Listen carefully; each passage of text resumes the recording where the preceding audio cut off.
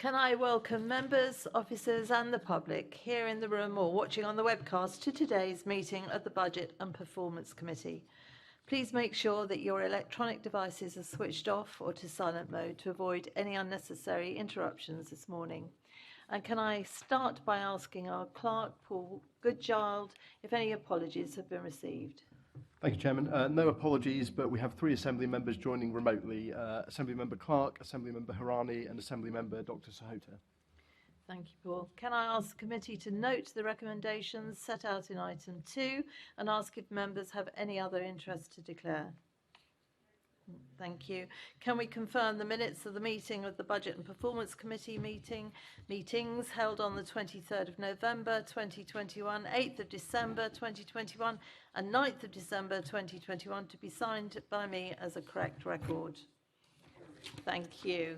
Can the committee note the completed and ongoing actions arising from previous meetings of the Budget and Performance Committee?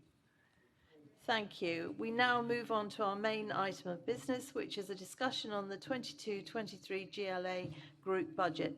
And I'd like to welcome our guests this morning, Mr. Sadiq Khan, Mayor of London, David Bellamy, his Chief of Staff, David Gallie, the Executive Director of Resources, and Enver, Assistant Director of Group Finance and Performance, who is joining us remotely via Zoom. So, good morning, gentlemen. I'll start by asking the Mayor, please. Mr. Mayor, what are the implications for your budget of the Provisional Local Government Finance Settlement published last month? Chair, can I take this opportunity to wish you and all members of the committee a very, very happy New Year. I hope you had a great Christmas and had a chance to recharge your batteries. I'm positive this will be a great year for our city. I look forward to working with you over the course of that year. So the spending review and the provisional police and local government settlements are ostensibly for us a one-year deal, which is disappointing. We were hoping for a multi-year deal, which would have meant we could have planned properly over the course of the next 2, 3, 4 years. As we are, what we do know is the government have said to police and crime commissioners across the country that we have the ability to raise the precept for police up to a maximum of £10. You'll be aware, Chair, we'd budgeted for, I think, 1.99% prudently based upon what we're allowed to do before the need for a referendum. The Secretary of State for Transport, separately from the SR and the provisional settlements, in negotiations with us about TfL funding, has said that he will do what he can to allow us to increase council tax by £20 to support TfL during these challenging times. You're aware of the conditions imposed upon us in relation to TfL funding caused by the pandemic. And you'll also be aware the government's also said that we're able to raise council tax by up to a maximum of 1.99% as well, the sort of non-policing precept. As a consequence of those announcements from the government in the middle of December, a few days later I published our provisional response to that, and you'll see that I've decided to, subject to consultation and this process, increase the police precept to the £10 the government's allowing police and crime commissioners to do across the country, to increase council tax by the £20 the government's saying we need to do to support TfL, and also to support the fire service, particularly in the context of Grenfell, the HMI report, but also our built environment, where we know more than 1,000 high-rise buildings in London aren't satisfying the NFB. We're increasing that part of the council tax precept as well. And that comes to a global figure of £31.93 increase in a typical Band D property. Thank you for that. Were the proceeds from the £20 increase in council tax for TfL in 22-23 to be held centrally by the Mayor, but in subsequent years it's been allocated directly to TfL? I'll allow one of the Davies to explain, but in short, what the government's requiring us to do is by the years 23-24 to find an additional £500 million in income revenues. And so they've said to us, council tax is one of the ways to do so. I'll ask one of the Davies to explain the process in relation to the monies raised and how we use that to satisfy the government condition. Yeah. So the consideration, of course, is around additional sums for expenditure in 23-24. The government, as the committee knows, sets excessiveness thresholds beyond which the council tax can't be raised without a referendum. The government hasn't said to us what level of council tax increase they were prepared the Mayor to make for funding for Transport for London, merely that they require him to provide more funding. So therefore, the Mayor's proposal is in each of the next 3 years to make an increase in the council tax that in aggregate is the same as what was made for this year. But as the money that would be raised is in 22-23 is not required until 23-24, the proposal is to hold it in central group reserves and then make that available so that the sums that TfL would expect in that year are available to it. Okay, I think that's clear. I'm still not certain why it hasn't gone straight to TfL, given that TfL is desperate for funds. It's a step up, Chair. So because it's about the amount of money the Mayor is required by the government to raise for Transport for London from 23-24 on, and because the proposal essentially puts £20 on Band D incrementally across the next 3 years, what that would mean is that you wouldn't get to the full funding level until 2024-25. And so what the proposal does is take the first allocation from 22-23 and holds it, and TfL then spend it in 23-24, so that there isn't a funding shortfall then, which is the year that the Mayor's required to raise additional money for. There's no requirement for him to raise that money for expenditure in 22-23. And Chair, if it helps, we're expecting the government to assist us in 22-23 and not in 23-24, because hopefully we'll be out of the pandemic by 23-24, plus passengers will be coming back. And so because we've got the support from the government in 22-23, that council tax revenues raised can be put aside for 23-24 in the absence of additional revenue support from the government. I hope that helps. Yes, although it's needed now, so I'm not 100% clear, but I'm sure it will become more clear. This to the Mayor, please. What will you do for your own budget, the police and the fire brigade, and of course TfL, if you find that you've actually more money to play with than anticipated in your budget guidance, which you always have a lot more money at the end? Thank you, Chair. But you'll be aware that some additional revenues that we may get in are one-off. There are very few, I can only think of the council tax, which is recurring. And so if it's the case that we have additional revenues coming in, and that's a big if, clearly, based upon the billing receipts we get back end of January, which look through in February, but also other things that may come in. We'll have to wait and see what they are, if they're one-off, if they are recurring. I'm in the habit of preferring to be prudent rather than cavalier in relation to draft budgets. What we would do is see how much the additional monies is, to see if it's one-off or if it's recurring, and then you'll be aware, because it was rehearsed last year during both the mayoral election campaign, but also subsequently. My priorities that I've set out in relation to the importance of safety for our city, in relation to doing what we can to address the climate emergency, but also in relation to the recovery. So those will be the focus of any additional revenues that come in, but clearly in the context of, is it recurring, which means we can, for example, employ new people, or whether it's a one-off, which means there's a finite amount of time we can use the money for. Okay, I mean, on average, the GLA has underestimated income from business rates and council tax by 170 million a year over the last 5 years. So there's normally quite a lot of money for you to spend between the two budgets, we've always found. Well, I suspect that prudence is one of the reasons why Standard & Poor, who are one of the credit rating agencies, when they reaffirmed our AA credit rating, they said, and this is important for the committee to hear, the incumbent Mayor Sadiq Khan of the Labour Party retained his position with a significant majority of the vote. We view this stability as credit positive and expect a continuation of the strong budgetary planning and financial management we have historically observed. So you may be critical of this, but the good news is the market, and as we saw in May, Londoners welcome this prudence.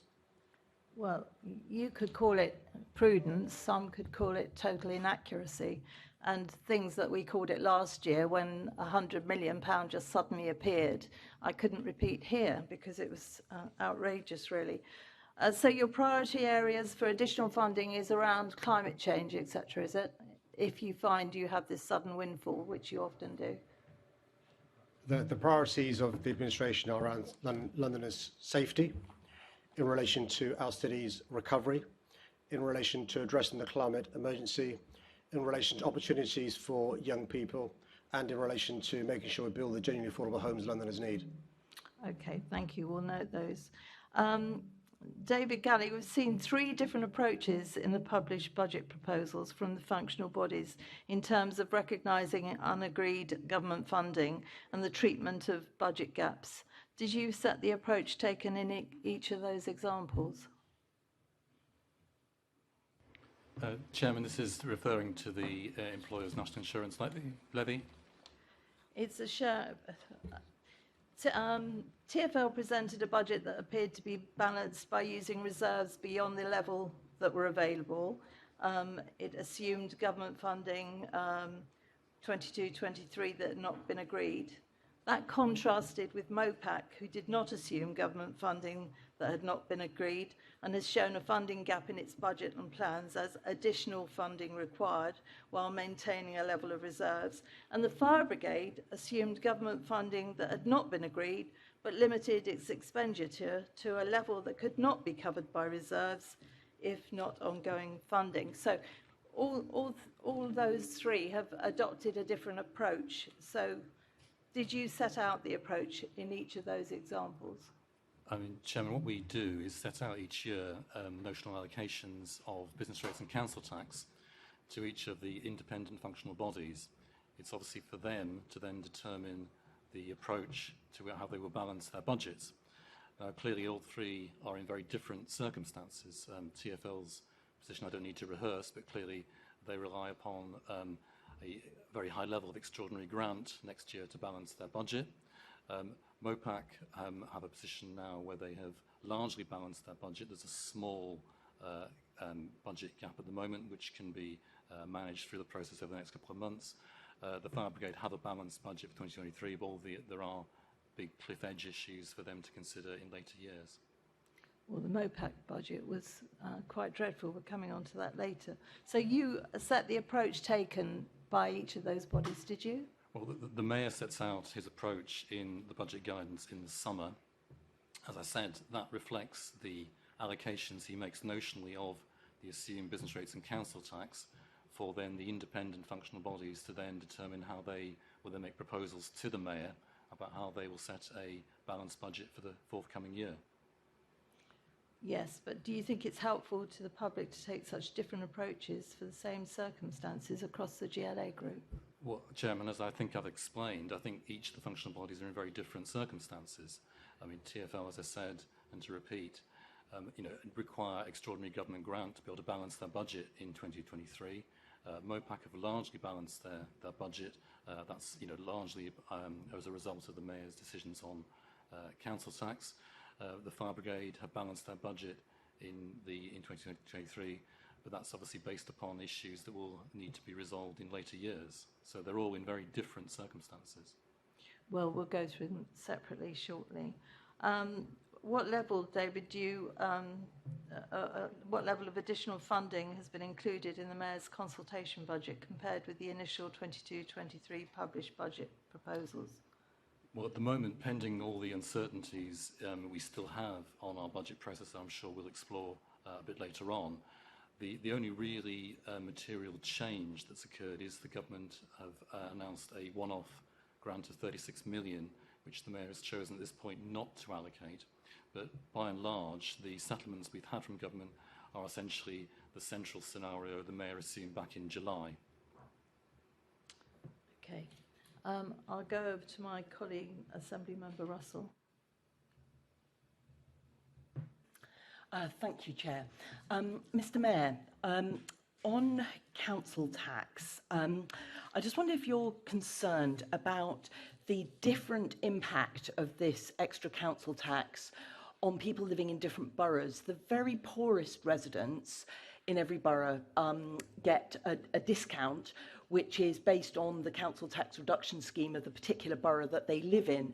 And that can vary a lot. So in Hackney, they pay 15% of the council tax, whereas in Camden, they pay none of the council tax because in Camden, they have 100% council tax discount for those people on the very lowest incomes. Now, I know from the borough where I'm a councillor in Islington that there have been growing council tax arrears amongst this cohort of Londoners who are living on the most precarious and lowest incomes. So I just wonder if you've put any thought into the disproportionate impact between people on these very lowest incomes living in different boroughs in London of this council tax rise. Thank you for your question. I'm on record as saying I think council tax is regressive. I think it's in need of urgent reform. You'll be aware both the London Finance Commission report commissioned by Boris Johnson and the subsequent one commissioned by me suggested reform of council tax and devolution as a way forward. But actually, as far as the levers we have in City Hall, we've ostensibly got two. Council tax and business rates, but you're spot on in relation to the disproportionate impact of an increase in council tax being felt higher in proportionate terms by less well-off Londoners than well-off Londoners. I think it was the analysis done by the Equality Trust that showed the poorest 10% of households pay 8% of their gross income in council tax compared to only 2% of the richest. And I know in your borough, there are both wealthier Londoners and less wealthy Londoners. And that's one of the reasons why, in relation to the submission we made to the government back in August, this wasn't one of our options, a council tax increase. But you'll have heard I want to use the word negotiations, but they're not really negotiations yet. But the conversations between government and ourselves in relation to funding of TfL has been around a limited option and other things we can do. In relation to police funding used to be funded 3/4 by central government. Because of cuts made since 2010, it's now less than 70%, and the rest has been picked up by council tax, which, as I've said, is regressive. Mr. Mayor, it is regressive, but that's not actually addressing the point that I was making, which is that the very poorest cohort of Londoners, depending on which borough they live in, will pay a different amount of council tax. And I just wonder if you could take that away and consider it, see whether there is something that can be done to make sure that that cohort of the very poorest, lowest income Londoners don't have a postcode lottery about how much of this extra council tax they pay, depending on the council tax reduction scheme in the borough where they happen to live. Yeah, obviously, Assembly Member, the government a few years ago set out the arrangements for council tax support and made that a matter for boroughs. The Mayor is a consultee when boroughs look at changing their schemes, and so officers do feed back our views on that, and I'm sure we'd be happy to share separately our approach to that, but it is as a matter of law for boroughs and not something the Mayor can determine.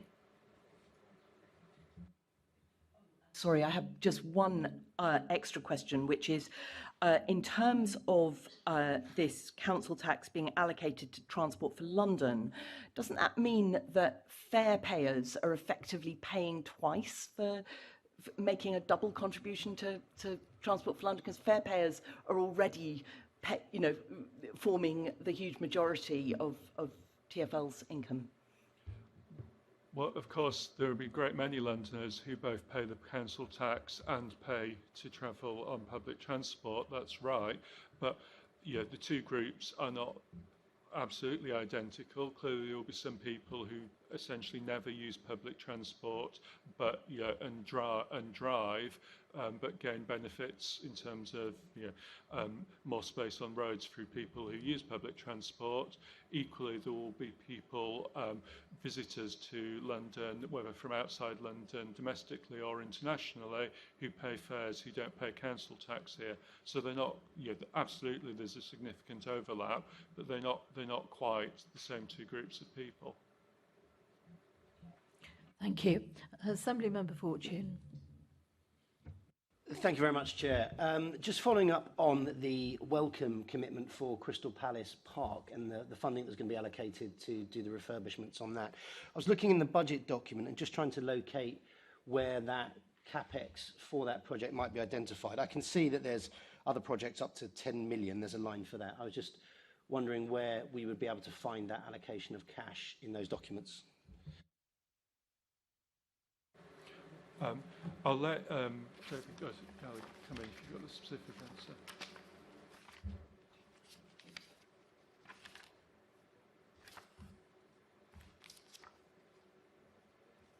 While David turns the page, what I will say, Assembly Member, is that, as you know, we've been clear that we can't set out the specific amount that the Mayor's got set aside for that project at this stage, because we've got to go through a tender process to appoint the contractors to do the work, and so clearly that would influence their bids, so the specific amount has to be confidential at this stage. I can appreciate that in terms of the specific value, but, what drawer is it in? Yeah, Assembly Member Fortune, thank you. A very good question. If you could turn to page 80 of the budget consultation document and look at the last bullet before paragraph 910, you'll see there's a reference there to 46.7 million of available capital receipts in an unapplied reserve.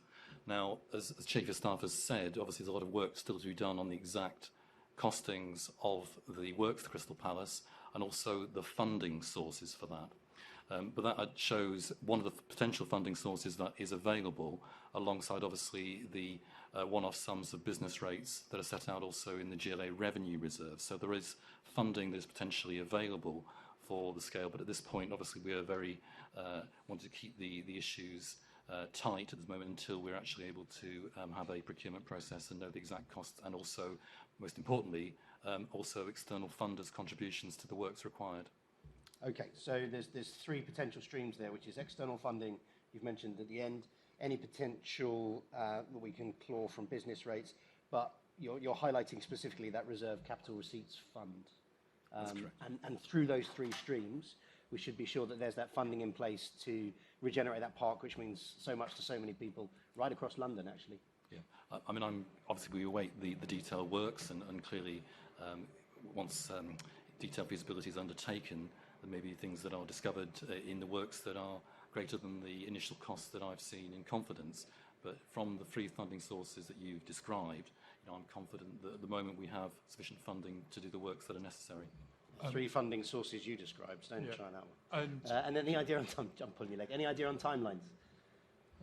So on timelines, that's very much dependent. We're pushing now to start the tender process to appoint a contractor. Timelines for the project will be determined once we've got the contractor in post. That's part of that process. Clearly, we're keen to move at pace on this, and I know the Mayor is particularly keen that we get this swimming pool and diving pool open as soon as we can. However, the structural issues that have been uncovered are significant, and I know, Assembly Member, that the Executive Director for Housing and Land, who's the lead delivery officer here, because it's part of our portfolio of land holdings, is going to try and meet with you to give you a proper briefing on that detail. The one thing I do just want to pick up from what you said before, just for the absolute clarity, is that we are here talking about the National Sports Centre within Crystal Palace Park, which is a responsibility of the GLA. The wider park is responsibility of the London Borough of Bromley. Yeah, thanks very much. It's very definitely the sports centre we're talking about, and I look forward to meeting with your colleague. Thanks. Assembly Member Deval. Thank you, Chair. Mr. Mayor, you said in your introductory remarks about the government only providing a 1-year settlement, despite a spending review that they've done, which had the multi-year funding settlement. Could you just go a little bit further about why that hampers and why the impact of not having that guarantee of multi-year funding settlements, which is actually the government is capable of doing but chooses not to do it, in terms of our long-term planning about some of the key services that we provide? Thank you. It's good to see you in person, by the way. Happy New Year. Look, you run a council. You know the advantage there is in relation to being able to plan 2, 3, 4 years in advance if you know what income's coming in. The obvious example is in relation to efficiency you can make going forward by investing now. Big advantage when it comes to estate or IT or so forth. But it's not just you and I agreeing it makes sense. The government agrees that long-term planning 3-year budgets make sense, because in the SR they said this and they put on record and in fact gave, I think, health and schools some certainty going forward. So they've accepted the case that multi-year deals, long-term deals make sense. But in practice, as far as City Hall and councils are concerned, we're getting the 1-year deals. And it is difficult. You'll know when it comes to allocating grants, the difficulties in 1-year allocations versus 3. Query, would you accept a job on a fixed-term 1-year contract, when it comes to planning, paying mortgage, outgoings, having a family, and so forth. But also it inhibits our ability to get good deals from third parties. Think about the contracts that TfL procures. Think of the contracts we procure. Think of our reputation when it comes to credit rating agencies and our ability to borrow. So there's a whole number of problems caused by these ad hoc 1-year deals. And the other thing, of course, is all of us were holding our breaths before the SR, before the provisional local settlements, before the provisional police settlements, because we had no idea what the government was going to do, until December, midweek December. That is not a way for multi-million, multi-billion pound organisations to, do their budgets. And I think we live in hope that the government gives not just regional mayors, but local authorities the certainty of 3-year deals, including the police. I mean, the police could really do with knowing 3 years in advance what's happening. One of the things, by the way, we are, imploring the Secretary of State for Transport to give TfL is a long-term deal. We've had now, I think, 4 short-term deals since March 2020 on TfL. You can imagine if you're somebody providing signalling to TfL or providing trains or a bus operator, your ability as one of those people to take advantage of our inability to do long-year deals. And in concentrating on the future, is there any indication of where the government is in terms of timescales around the resetting of the business rates issue? Because that must be coming up soon, and the fair. I mean, all the issues about the fair funding formula and everything else that goes with it. I can see both my wings called David's itching to because they've been talking to both government but also working with other councils in London. Before I pass over to David Gallie, you'll be aware that actually one of the things that Philip Hammond did as Chancellor was allow London to pool together, and the advantage of that 1 year.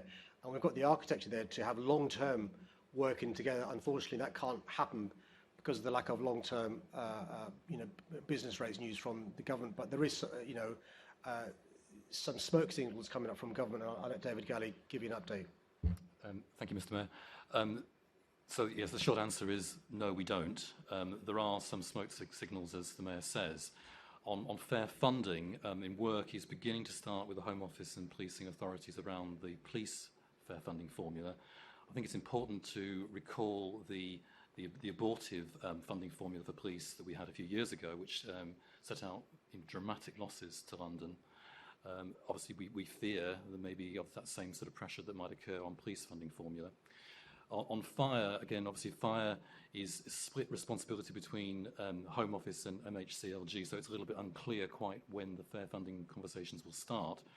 But I think there's an expectation in government that they may well wish to introduce fair funding changes from 23-24. Now that may or may not be possible, but consultations would need to start, reasonably early in the spring, summer, to allow discussions to had, and therefore to avoid government to avoid judicial reviews around fair funding formulas, to avoid the problems they had with the police funding formula.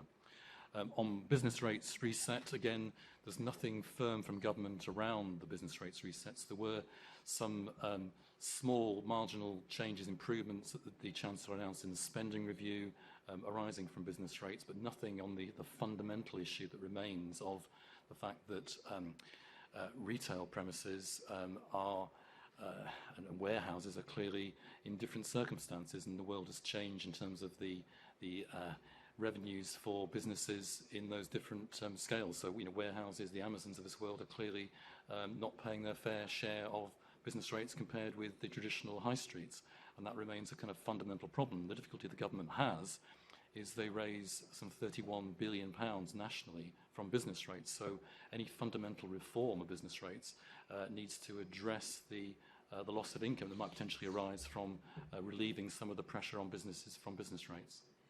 Chair, I don't think we need to have a separate report on this issue, but it's a very important issue, and I think there is consensus amongst us.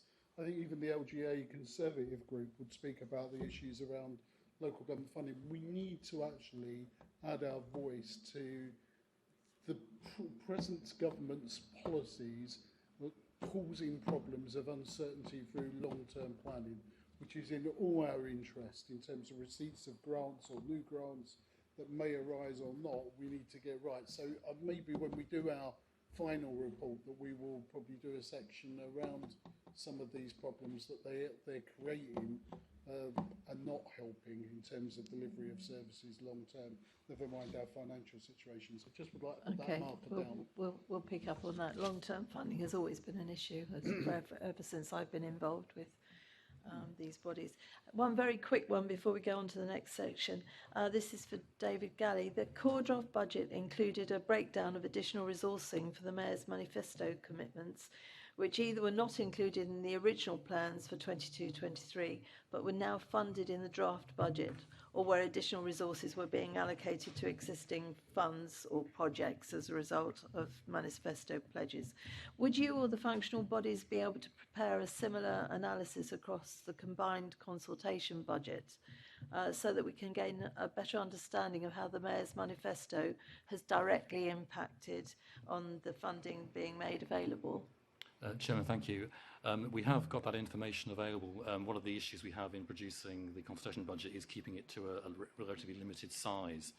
So we're happy to share that information with you in due course.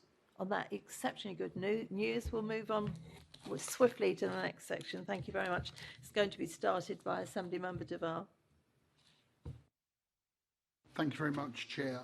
Can we begin by it's housing, just to give you a clue of what we're looking at, is really about, look, you've allocated 422,000 to deliver one of your commitments to pilot a City Hall developer.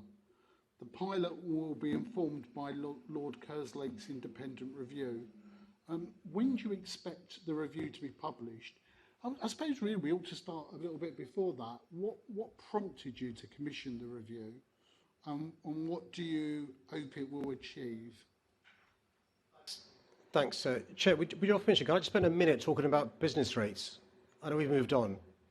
Yes, 1 minute. I'm quite strict on time No, there. Chair. No, I thought it would just help on a cross-party basis, us reminding ourselves that in the one Council of Westminster, the businesses in Westminster pay more business rates than all the companies in Bristol, Birmingham, Liverpool, Leeds, Newcastle, Nottingham, Manchester and Sheffield put together. And that's why it's really important to have this conversation in that context of people always bashing London. And there's one shop in Westminster that pays more in business rates than all the businesses in the Chancellor's constituency. And so when people bash London, it's worth having that in our mind in relation to what we contribute to the national coffers. But thank you, Chair, for that indulgence. In relation to the in-house developer, the first thing is, look, I think I, as the mayor, have to have the humility to recognise that we can always do things better. And one of the things that I'm conscious of is the need to, and I answered this in the question the chair asked me about priorities that I have as a mayor, and I think I listed 5. One of them was making sure we have genuinely affordable homes in London. And the question I asked myself, Assemblyman Duval, is, are we doing all that we can to provide genuinely affordable homes that our city needs? Bearing in mind we've got functional bodies who've got surplus land. Bearing in mind we work really collegiately with developers in the private sector, housing associations, councils. Is there more we could be doing? You'll be aware of the limitations of the GLA Act in relation to what the GLA can do when it comes to building homes. And so what I wanted to do was to consider the issue of a pilot for our own in-house developer. Question, would we add value? Question, would it bring additional things to the table? If we're simply repeating what others are doing, what value does it bring? And so we asked Lord Kerslake, who you'll be aware has got huge experience in this area, to go away and look at, to review what we're doing in relation to providing homes. And I'm hoping that he will come up with a report quite swiftly. I mean, he really has been sprinting. I would hope to have a report from him in a month or 6 weeks' time from now. That's how fast he's going. Normally it takes months and months and months. The reason why I've asked for expedition is because I've only got 2 full years potentially left in this term, 22-23, 22-24. So there's no point having a developer set up in 24, because there's one of the things I can point to when it comes to the next mayoral election. And so we're hoping for speed. We're hoping to add value, with the prize being more genuinely affordable homes being started and completed in our city. Okay. So in that sense of just moving on, in terms of November, I think it was... Oh, sorry. In terms of November, I presume this committee, I wasn't here then, would have received some information around completions of the 116,000 affordable homes under the 2016-2023 Affordable Homes Programme. They would have heard that some of them won't be delivered until 2030s. It's always seemed a problem with me, maybe it's the housing movement, whatever political party you belong to, about when we talk about completions and starts and issues around that. But how many of these affordable homes will be completed in more than 10 years from now? So you're doing work that actually will come on stream much, much later in that sense. So what's your assessment of that? Thank you for your question. It's just worth explaining that there are 2 housing streams, 2 tranches of funding. One is the Affordable Housing Programme 2016 to 2023, and there's a second Affordable Housing Programme which is 2021 to 2026. So the first stream, what MHCLG was then, the deal was to have 116,000 housing starts by 2023. The vast majority will be completed by 2026. Some, though, will take some further time to be completed, and a small fraction, I think we're talking about, 1,000 plus 2030s onward. And as part of the agreement with central government, the deal is to have 160,000 begun by 2023. And by the way, the last 3 years, we've had record-breaking numbers of completions, just to reassure you, because it takes a couple of years with a good win to get a house completed from start. A number will be completed over the next few years, and you'll be aware the advantage, I don't criticise MHCLG, by the way, the advantage of this carrot is it gets complicated, big schemes started, which otherwise wouldn't. You'll be aware of the phenomenon of land banking, but also I've walked past sites where nothing's been happening at all. And so what the government was intended to do, and we support them, was to be a catalyst, getting things going. And what it's enabled us to do is bring together joint developers between private sector, housing associations, councils, housing associations, and private sector, us and the private sector, to get going. That's the good news.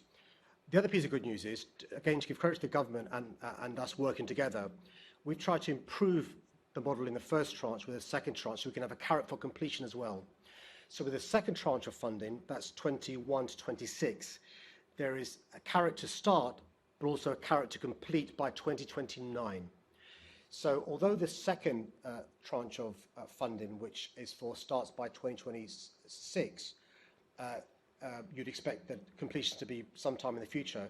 The deal with that one's going to be you must complete by 2029 at the latest, a lot earlier. And so another good example of central government and City Hall learning in an iterative way some of the progress made by the first tranche and feeding into the second tranche. And I had a meeting with Michael Gove and Tom Copley recently, and it's really reassuring to hear from the government. They recognise the progress we've made, and they recognise that working together, we can really, have housing delivery in the part of London where we need, the part of the country, beg your pardon, where we need it the most, which is London. Okay. So I suppose my final question would be, so how confident are you of achieving the completions of 82,000 affordable homes from the 21-26 affordable homes programme by the target date of 2029? Have I got that date correct? A couple of dates, so it's worth just make sure we're in the same forecast. So for the 16 to 23 forecast, I think the completions by did you say 29? By 29 is I've got the figure for 2033, which is the 116,000. Have you got the figures disaggregated, David? Yeah, so we've got figures in terms of forecast completions for both schemes. Obviously, they're forecasts and will fluctuate. 21-26, we're still in discussions about the delivery programme with the government and with the housing providers. So we haven't got everything bottomed out to be able to say, oh, it's precisely this many will complete in this year. That's still work in progress, but I think the work that is going on does give us confidence that we will hit the completions by 29 target. Just some reassurance. So if you look at 2015, I think 4,800 completions, 2016, 4,900, and then you start seeing progress, 5,300, 7,500, 7,700, 9,051 in subsequent years. And so trajectory's in the right direction. You'll be aware more than anybody else about the headwinds that Ricardo Hyatt's talked about previous meetings and stuff that we all know about. So subject to, the headwinds, I think the forecast is one we want to keep to. Chair, the committee may wish to follow up in communication with you further about some of these figures and to receive back when you've bottomed out some of those figures, so that when we are carrying out scrutiny, we are talking apples, not apples, pears and some oranges, which I think the housing movement would have us talking about. Yeah, So thank you very much. certainly will follow on. Before I bring in Assembly Member Russell, there's just a couple of odds and ends. Mr. Mayor, your Commission on Diversity in the Public Realm is due to receive just under £900,000 in 22-23. What's the actual planned spend for that funding? I'm not sure I recognise that figure, Chair. It's not money for the Commission or for the running of the Commission. It's funding for schemes out in communities in terms of recognising London's diverse heritage. Right, so the draft GLA core budget states the Commission is then not due to receive any funding from 23-24 onwards. So what do you expect the Commission to have achieved or delivered before it's wound down? I beg your pardon, it's my fault. I didn't understand the first question. So the scheme is not going to be a scheme that goes in perpetuity. The idea was for us to work with partners. You'll be aware of the setup. Local authorities have been one group, landowners, external partners like the art councils and so forth. And so it's just for us to hold the ring and for us to kickstart a discussion about making the public realm in our city more diverse. There won't be a need, we hope, for us to continue the work in the future because the conversation will have begun and you'll see third parties, whether they're councils, other landowners, universities, and others making progress themselves. You'll already have seen conversation taking place about blue plaques. I know the Assembly's done some really good work around women being better recognised in relation to blue plaques. So we'd expect to see third parties themselves coming forward with schemes, street names, names of squares. It could be new statues, it could be sculptures, it could be works of art in the public realm. And we would hope that the investment we've given over the next couple of years will be the catalyst for the diversity in the public realm that many Londoners would like to see.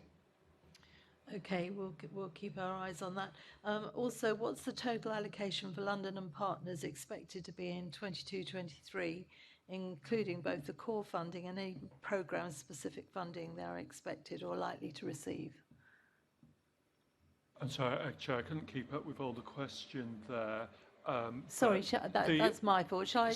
Well, let me do. I can do the first bit, and then we can pick up the rest. So the funding level to London and Partners is £11.17 million a year, which is the same as it is in the current budget. And the last part that I apologise, I must have read that too quickly. Are there any additional programme-specific funds that they're expected or likely to receive on top of that money? We are in discussion at the moment, Chair. You'll be aware of the very successful Let's Do London programme that LNP played a key role in delivering. And that was a real focus around Londoners and people in surrounding areas in the UK coming to London and visiting our attractions, supporting our hospitality businesses. The next phase of response is very much more about international tourism, and that's probably, our analysis is, the biggest single thing that the London economy is missing given the COVID impact. And so we're in discussions with the government at the moment about the potential of funding for international tourism promotion overseas, because we and the government recognise both the really significant part this plays in London's economy, actually more significant than in central London than office workers, and also the fact that London is very much a gateway to the rest of the UK, and so if people are encouraged to visit London, quite often either on their first trip or as a consequence in their subsequent visits, they will come and visit the rest of the country. So we're in discussions with the government about funding for that at the moment, and we would see London and Partners having an important role in the promotion of that. Yes, I think some people would have assumed that that would have been included in the 11 million that goes to them in any event, but I'm sure we'll come back to that. I'll move now over to Assembly Member Russell. Thank you. Thank you, Chair. So this is a question for David Gallie. Now, we're familiar with the published savings target of £61 million for the relocation of City Hall. Are you concerned about the extent that this could be said to be overstating the savings, as it doesn't reflect the lower rent for the City Hall at Queen's Walk from the prevailing market conditions? I'm very confident about the 61 million figure. I think it's important that we, go back to Len Duval's comment that we are comparing apples and pears here. If the Mayor decided to stay in Old City Hall, then clearly the landlord's offer of a lower rent would have been then relevant in terms of the overall costs and savings that would have arisen. But because the Mayor decided to move to New City Hall, my view is that the landlord's offer is not relevant, because clearly we are moving to New City Hall rather than staying in the Old City Hall. So in my sense, I think you're comparing apples and pears.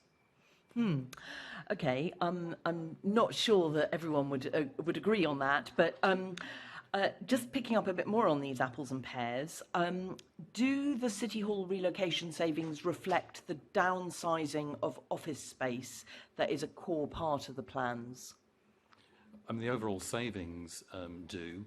I think the important thing, though, here is to recognise we're talking largely about fixed costs in rent, rates, the costs of building in terms of utilities, etc., etc. And they are largely fixed and are not variable in terms of the numbers of staff.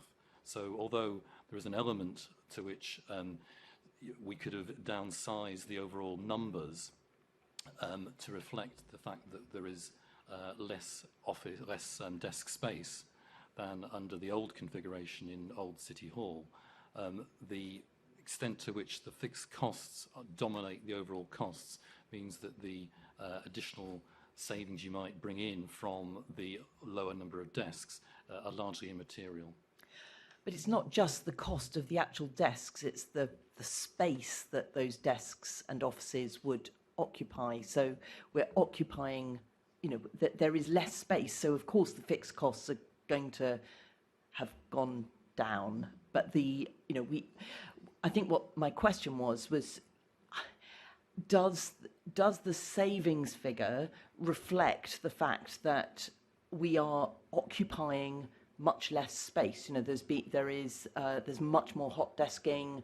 There's fewer offices, much more open plan offices. Is that reflected in the savings? That difference? The actual savings we will deliver reflect the fact that there are a lower number of desks than we had under the old configuration. Okay. So do the City Hall relocation savings reflect the potential income that could be generated from the Crystal if it wasn't occupied by the GLA? Yes, again, so in the analysis that we supplied to the Mayor in making his decision, the option of staying in City Hall reflected not only the lower landlord's offer, but also the estimate of the income we could have raised by the Crystal building being let out to a commercial entity. And now, because of the limited planning options, the idea, say, of knocking down the Crystal and having a housing development was not then part of the equation. The number we put in was a proxy for the rental income, which also then becomes essentially a annual sum of the capital receipt that could have arisen by us selling the Crystal building. So yes, the options presented to the Mayor reflected the income we could have generated from the Crystal being let out. Mm-hmm. Thank you. And I've got a final apple and pear question, which is, do the City Hall relocation savings reflect the additional accommodation costs of the OPDC who moved out of Union Street as part of the relocation? Sorry, could you repeat that question? Yes. Do the City Hall relocation savings reflect the additional accommodation costs of the OPDC who moved out of Union Street as part of the relocation? No, we didn't bring in that as part of the overall savings number when the Mayor made his decision, because obviously at that point we didn't anticipate OPDC moving to Brent Civic Centre, so that's not been brought in to the numbers when the Mayor made his decision. But clearly it needs to be brought into the overall numbers when we give the final analysis to the Oversight Committee. What we're targeting is the meeting, I think, on the 1st of March, St Mirren Pigeon, where we will, the Chief Officer, myself and others will then give the full details of the overall costs and savings. And just to add in on that point, while it's true to say there wasn't a figure to include in the calculations because OPDC at that point hadn't worked out where they were going, OPDC have for a number of years been seeking to move from here to a site, ideally in their patch or if not close by. And so it's very much something that has been on the cards to happen in any event, independent of these changes. But it's a relatively small sum compared to the bigger savings. Thank you. Now my next question is for the Mayor about the Young Londoners Fund. So in a previous budget meeting, I asked about the Young Londoners Fund because I'm really anxious that this kind of lifeline of support for young people is preserved. Now, David told me it was a priority for refunding should money become available. Now, you put out a press release on the 29th of December announcing nearly £50 million in funding to reduce crime, which is very welcome. But I just wanted to clarify a few things about that £50 million.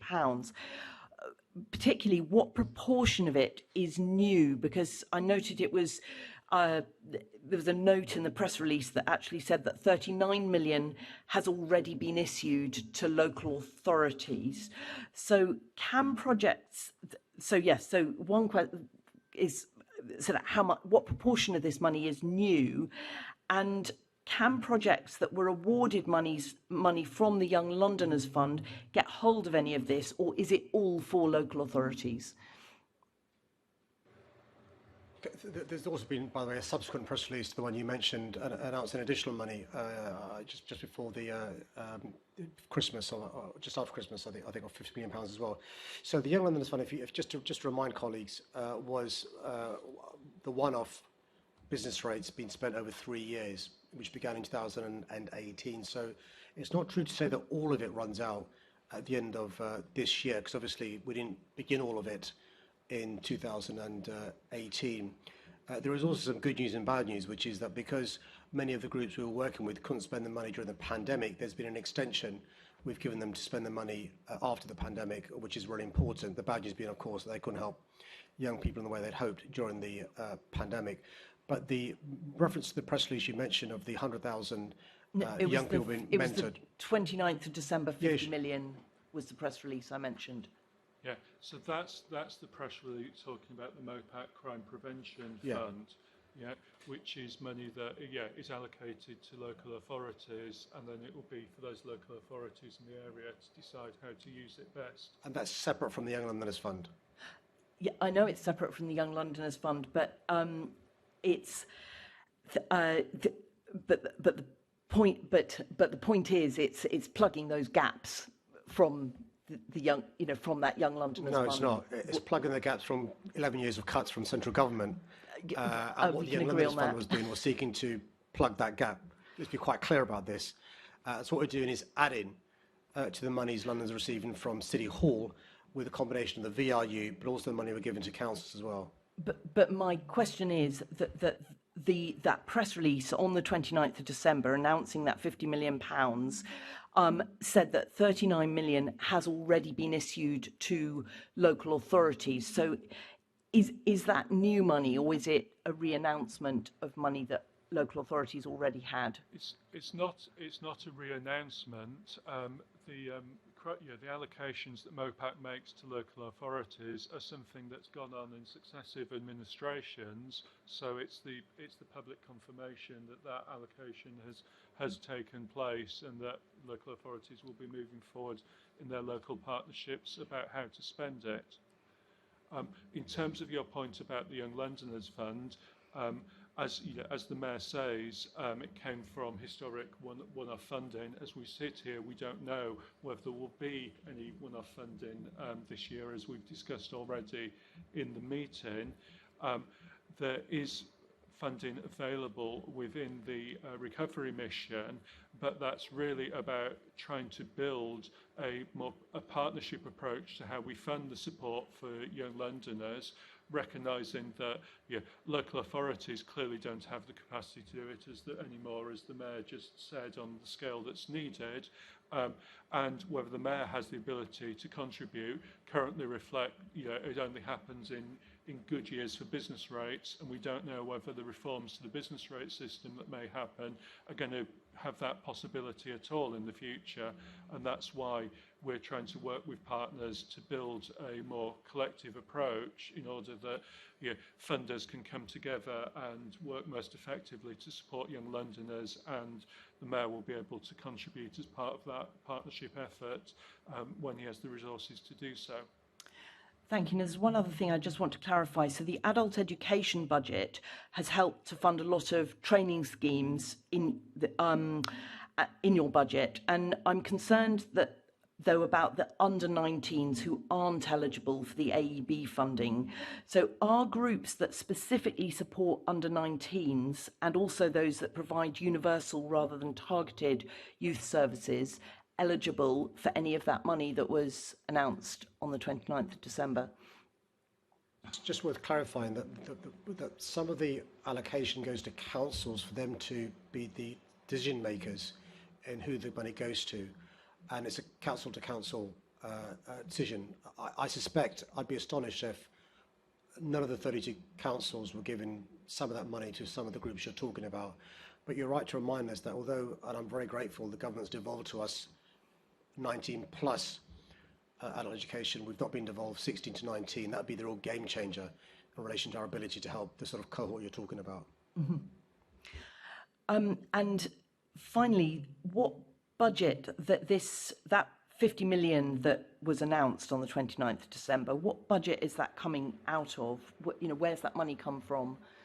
It's MOPAC funding, so it's not AEB funding at all. So your concerns about under-19s are not relevant on that specific point. Thank you. Right, just to clarify, because I was actually going to ask this under the MOPAC section, this brand new 50 million that we all assumed was brand new money going to this, then as Assemblymember Russell said, 39 million has already been issued. Mr Mayor, you said that's already going to the councils, so were they expecting it before the press release, or was it after the press release? You said this is £50 million of new money and 39 million of that we will give immediately to the councils. Is that, just to clarify? We need to check and to confirm precisely when councils were told their precise allocations. Obviously, as I say, this is a funding stream that has been available to boroughs over a number of years, so they would have known something was coming. I don't know at what point it was confirmed precisely how much each authority would receive. Which, with respect, would make it look like it wasn't new money, it's just a re-announcement of money that they were expecting in any event. Well, with equal respect, the press release is very clear, and hence why we're having this discussion, that the money has already been issued. So, entirely transparent about that. Well, I think that's somewhat debatable. Everybody thought it was £50 million of new money going in to try and deal with this terrible situation we've got now. And then you read the small print and it looks like it's old money that the councils were expecting it anyway. Anyway, I'm sure we can delve into that at another time. Assemblymember Pigeon, did you want to come in? Yes, I wanted to pick up with the answers to Assemblymember Russell's questions from David Gallie. Can you put your microphone on? That's it. Does it need to go up more? Yes, I think Is it that does. okay? Thank you.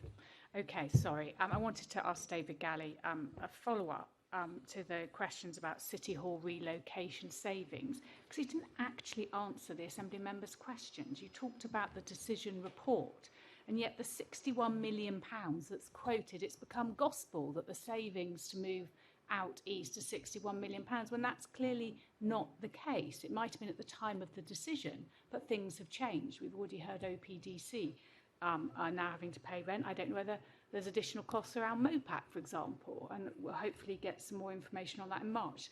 But can you be clear whether that £61 million does include a figure that if you were renting out the Crystal would be taken off that figure? Does it really reflect the reality, or is this sort of rather stretched figure that you're using, which doesn't really reflect the truth on the ground at the moment? The 61 million is obviously a figure over 5 years, so it is based on the forecast that we have made at the moment, originally based upon the decision the Mayor took back in November 2020, but obviously updated by the information that we've had to date in terms of all the additional costs. But as we said, we'll obviously report that in detail around the final numbers to your committee on the 1st of March.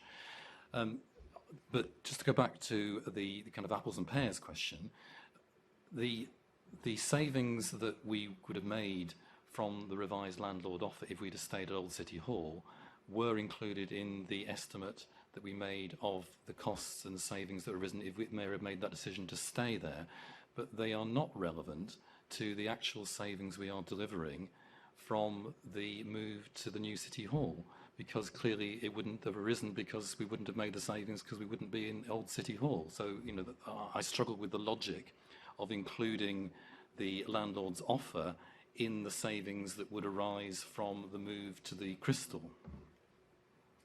Okay, I think rather than waiting till our meeting in March, ahead of that, it'd be useful for this committee and oversight to have a real understanding of this. And I struggle to understand your logic today, I'm afraid. It's not working for me. So perhaps we could get that set out, because I think we need to be clear. There may well be savings moving to East London. I understand that. I don't think they're as high as you are stating, and that figure has become gospel. And I would like that to get that clarified and on record. Yes, and I can completely agree with that. And we'll have to make sure, Assembly Member Pigeon, that we do that, because there's only one person's logic here that I do not quite get. Mr. Mayor, is it your expectation that the next time you attend an Assembly meeting, which is the MQT on the 20th of January, it will be in the new City Hall, the Crystal? I hope so, yeah. You hope so. At December's MQT, you stated that the meeting was taking place at Union Street, where we are actually today, at the Assembly's request. Your press release announcing the delay to moving to the Crystals stated similarly. Can you clarify why you said this and why you believe that this is the case? The press release Mr. Mayor. was cleared by officers and reflected, I understand, the minutes of a meeting that officers held with leading members of the Assembly. So in that sense, we believed it was entirely accurate summation of your views. Okay, Mr. Mayor, what advice or information were you given by the Chief Officer with regard to the Assembly's view on the matter?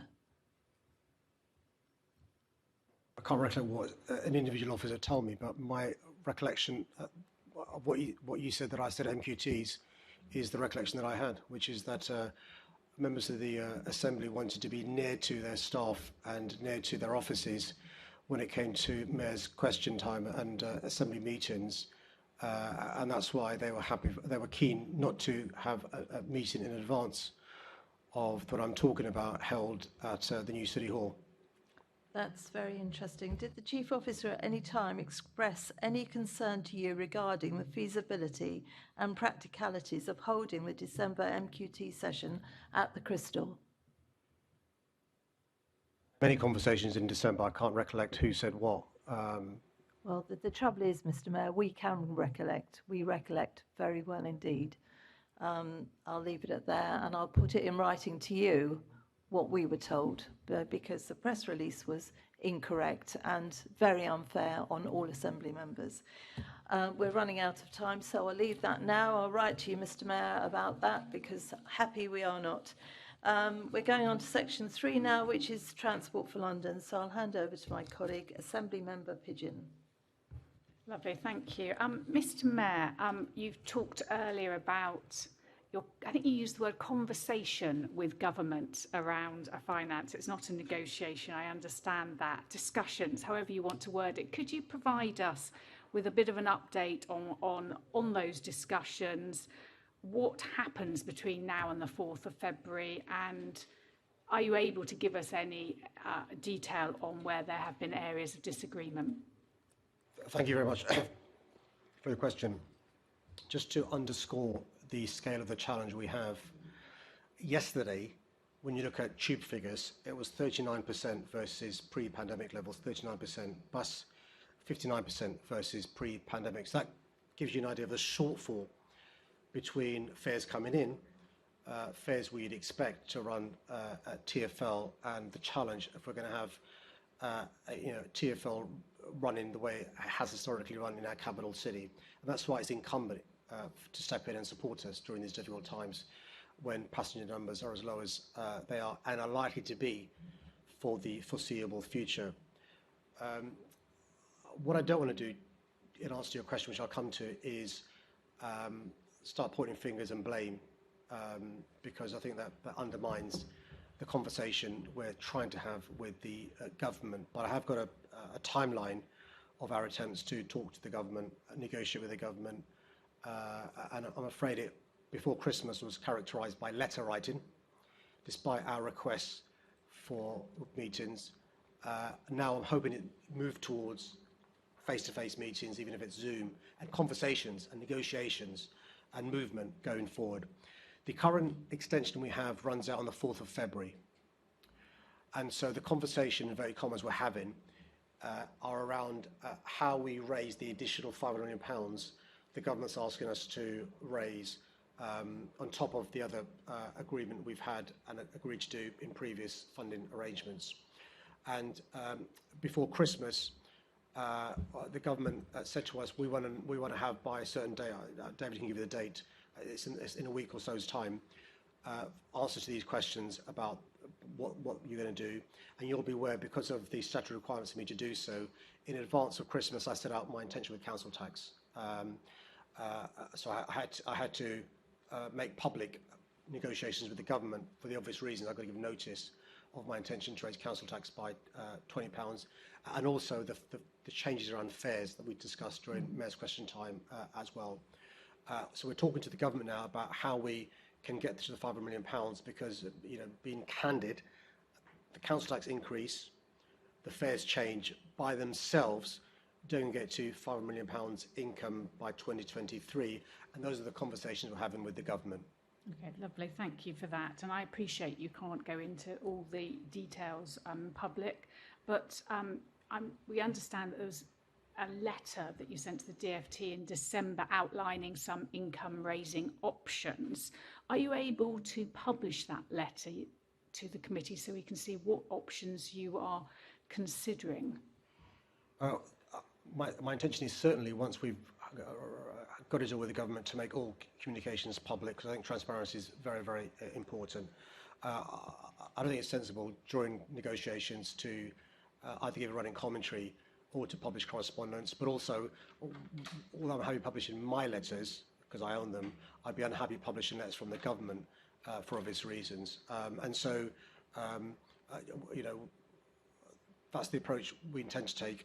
I'm sure that the government will want to publish their letters as well. So at some stage, I'm hoping in the near future, because I'm hoping a deal is done sooner rather than later, we can publish those. And the final thing, just to say, I should have said, is what I've said to the government, and I can say this publicly because I've said it, you know, many times publicly, is we need a long-term deal.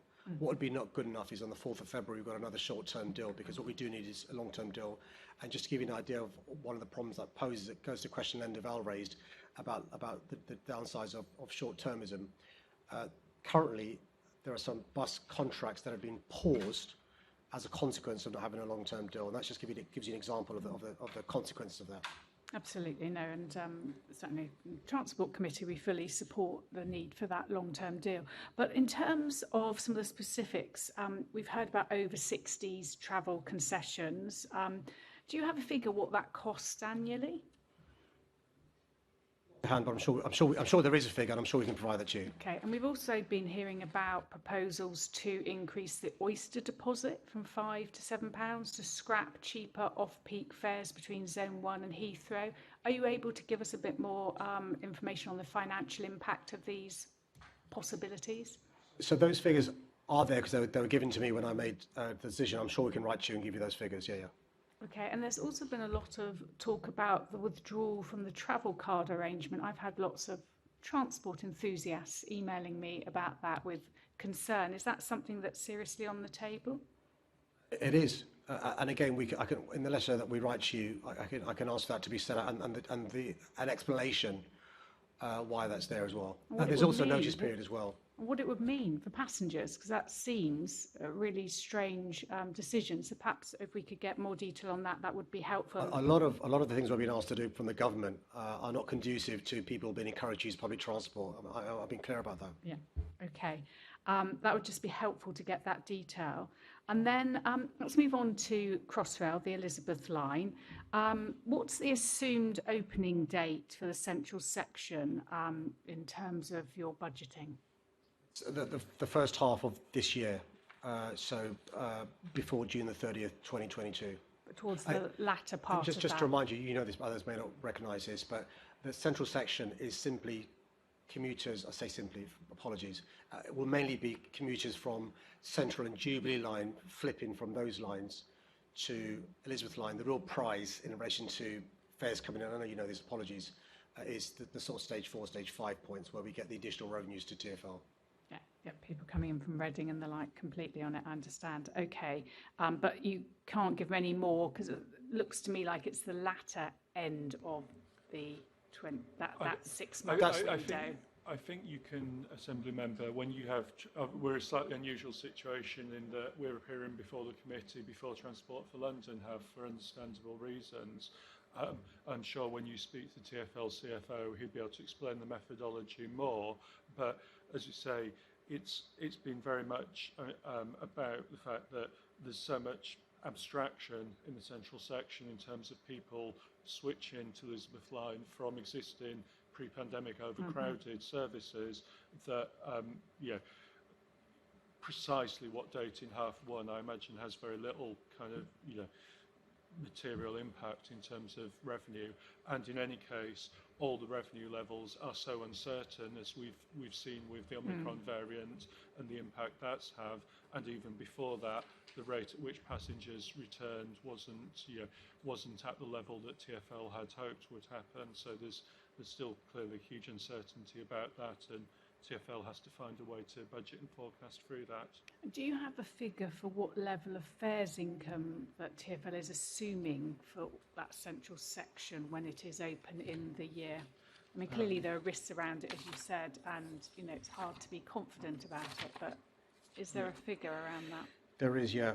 So the figure for Elizabeth Line, I think is 61%. So it's currently, this financial year, average passenger ridership is 62% forecast, and the forecast average for next year is 82% of pre-pandemics. But for new services, including the central section of the Elizabeth Line, they're expecting 69% of revenue in 22-23 compared to what they assumed pre-pandemic, increasing up to 83% in the longer term. Okay, lovely, thank you. I'm So, sure we can get a slower growth exactly. in passenger numbers there than would be seen on established services. We should be able to get. Caroline, you know this, but the real prize in relation to the central section opening the first half of this year is the speed at which stage 4, stage 5 can open, because you'll remember that the national timetable is a bit complicated. So if we miss June 2020, aside from the other big problems, that has an impact on how soon we can open the Reading Sheffield part, the Reading Shenfield parts, which brings the additional fares. That's why it's so important. So although David's right, there's no immediate benefit to us in relation to fares coming in. It has a knock-on impact in relation to stage 4, stage 5. Yeah. Okay, thank you. I'm sure we can get the exact figures, hopefully, from the CFO, either to this committee or I think we're looking at this February at Transport. Obviously, you've talked a lot, and we've heard a lot over the recent months about your managed decline approach, if I can put it like that. But levels of business rate income have been maintained in some ways, and the government has been funding some income shortfalls. Is that really the right approach at this time? Well, the CFO will tell you exactly why it's the right approach in a couple of weeks' time, but the short answer is yeah. I mean, I explained to you yesterday's passenger numbers, 31% versus 100%, but also you'll be aware 3/4 of our services are provided by fares coming in. So there's a massive, massive gap.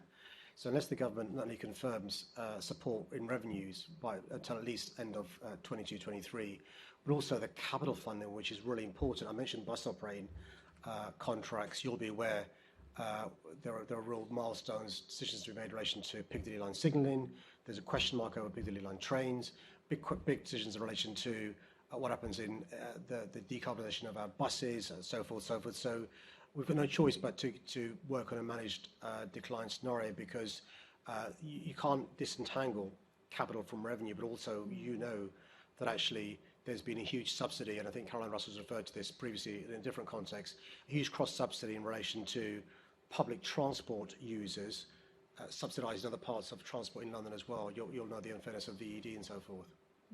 And just to put that into kind of real concrete example, obviously, as you say, one of the things that's at risk for a managed decline is the level of bus services in London currently. Yes.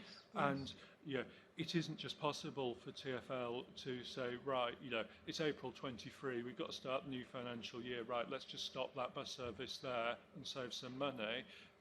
They have they're bound by contracts, and so they can only exit bus contracts either at their end, or there's a review point in the middle when it tends to be more expensive to make any changes.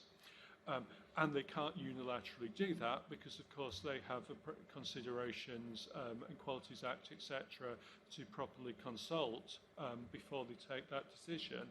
And so, therefore, if we're moving to managed decline, and even if the government provides emergency funding between now and March 23, that is everything that TfL Finance could dream of, that still doesn't remove the need to start making those difficult decisions in the weeks and months ahead, in order that those processes play out, in order that the budget actually balances in 23-24. Yeah, thank you for that. Mr. Mayor, you mentioned, I've got a couple of specifics here around, you mentioned the Piccadilly line signalling, and obviously it's been removed, reduced or deferred from the revised budget. How much are you looking to save by doing that?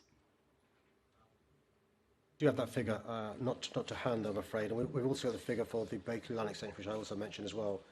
And there's also the other figure, if you're looking at a table, is around, I think TfL is required to fit out the new Elephant and Castle station, and your plan is just not to do that to the developer or whoever is paying towards the build of it, and then it's just going to sit there. What options are you looking at to try to find the funding for that?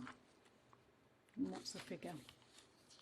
Well, in terms of that, that's right, but the fundamental position is this is managed decline, and Transport for London will not have the money to do that.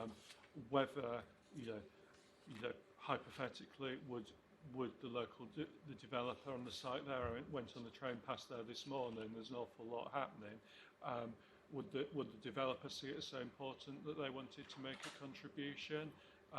Would there be other Section 106 money that the borough would see this as so important they wanted to make a contribution? Would there be other government sources? More on the housing side. There are things we can look at, but of course, we're in the situation of the station there. That fit out being funded by Transport for London because so many of these other avenues have been explored in terms of the wider development of the area. I think the number I've got for the Piccadilly line signalling upgrade is the net benefit lost, I'm afraid, and rather than the question you asked for. The net benefit lost is 5.1 to 11.7 billion pounds, rather than what the signalling costs, which I'll ensure the CFO gives that information for next time. And the figure I've got again for the Piccadilly line extension upgrade is the benefit lost, which is between 3.6 and 6.4 billion pounds, rather than the question you asked, which is how much does it cost. Yeah. And similarly for Elephant and Castle, the fitting out of the station, just worth reminding colleagues, that's an example also you can use for the station in Colindale, which, if that's not fitted out, could mean a loss of 600 homes.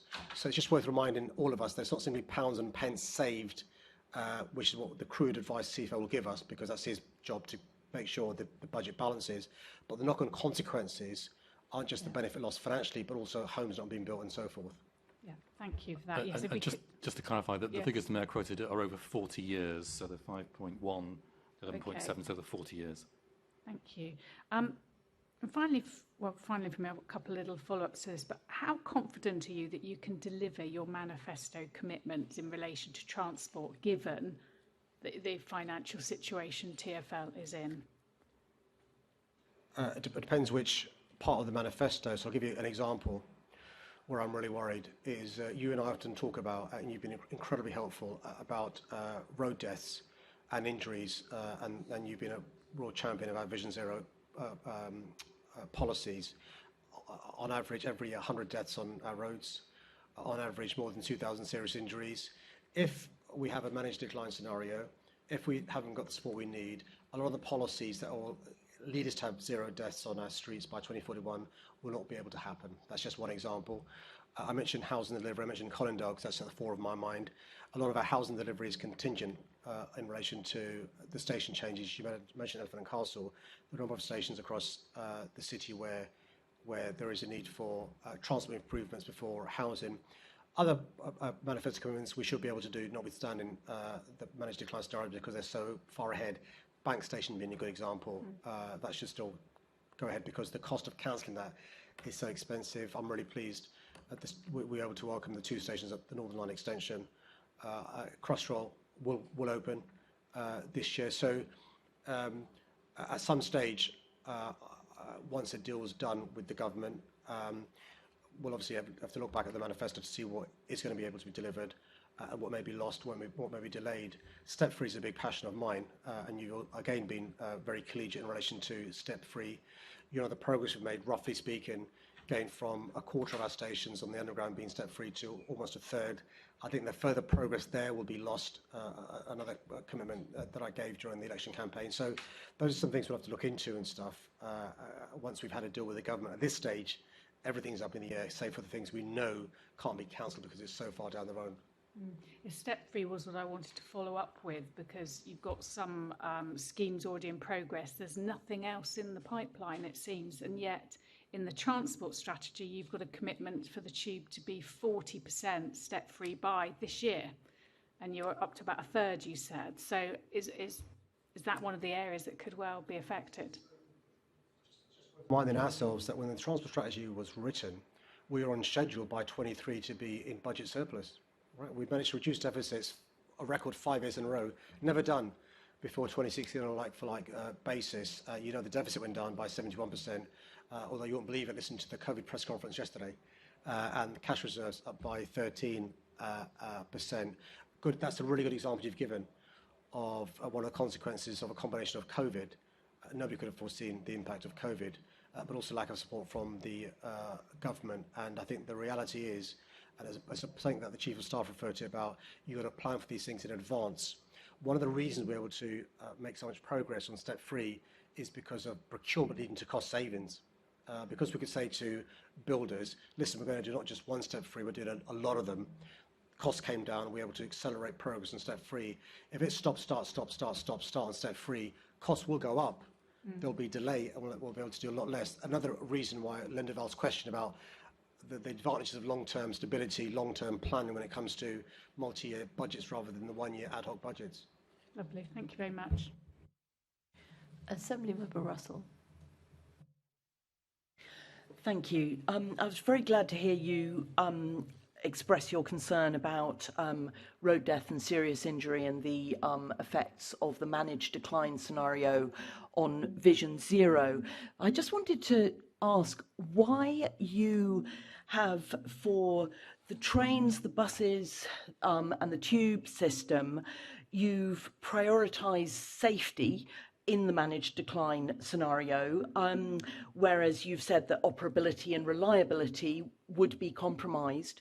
But when it comes to our streets, safety, if Vision Zero is in the enhancements category, as it is at the moment, that's not actually prioritising safety. So I just wondered why there was a different approach in managed decline between the streets and the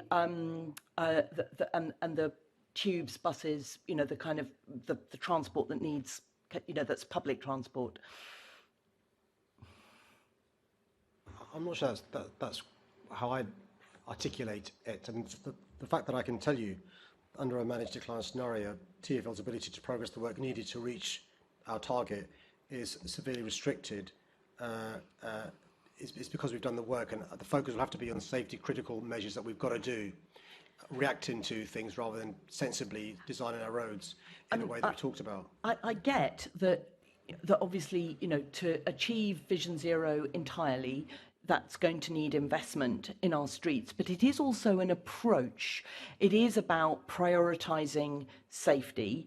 And it just, when I was reading the TfL papers that we haven't yet had a chance to discuss with TfL, it just seemed to be a discrepancy that safety is prioritised over operability and reliability for the kind of the tubes, buses, trains, whereas safety in terms of Vision Zero is categorised within enhancements, and that just seems to be something that maybe TfL need to have a think about.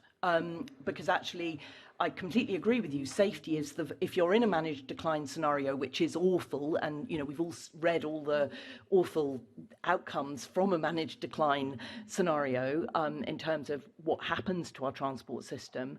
But yeah, it just seems that Vision Zero is about safety. It's about an approach, and I just wonder whether that needs to be relooked at as to where that's sitting.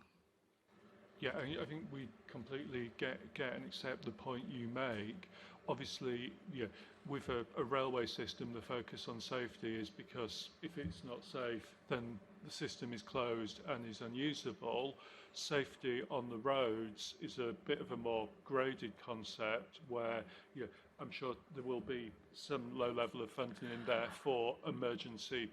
I think be careful fixes. because you get into a place where you're accepting a certain amount of death and injury on the roads, which is absolutely the difference between the roads and the rail systems. But indeed, which is absolutely the point of Vision Zero, and there are doubtless many things that can be done to advance Vision Zero that that won't need funding, but things that do needs funding, and this is the problem about the managed decline scenario, is that there is insufficient funding to improve things in London, and hence it's managed decline. I think your point's well made, and I now understand the point you're making. Can we take that away? Can you also raise that with TFL when they come before you in a couple of weeks' time? Because I think you're spot on in relation to the way you think about it. The mindset's got to be different. They shouldn't be baubles, nice to haves.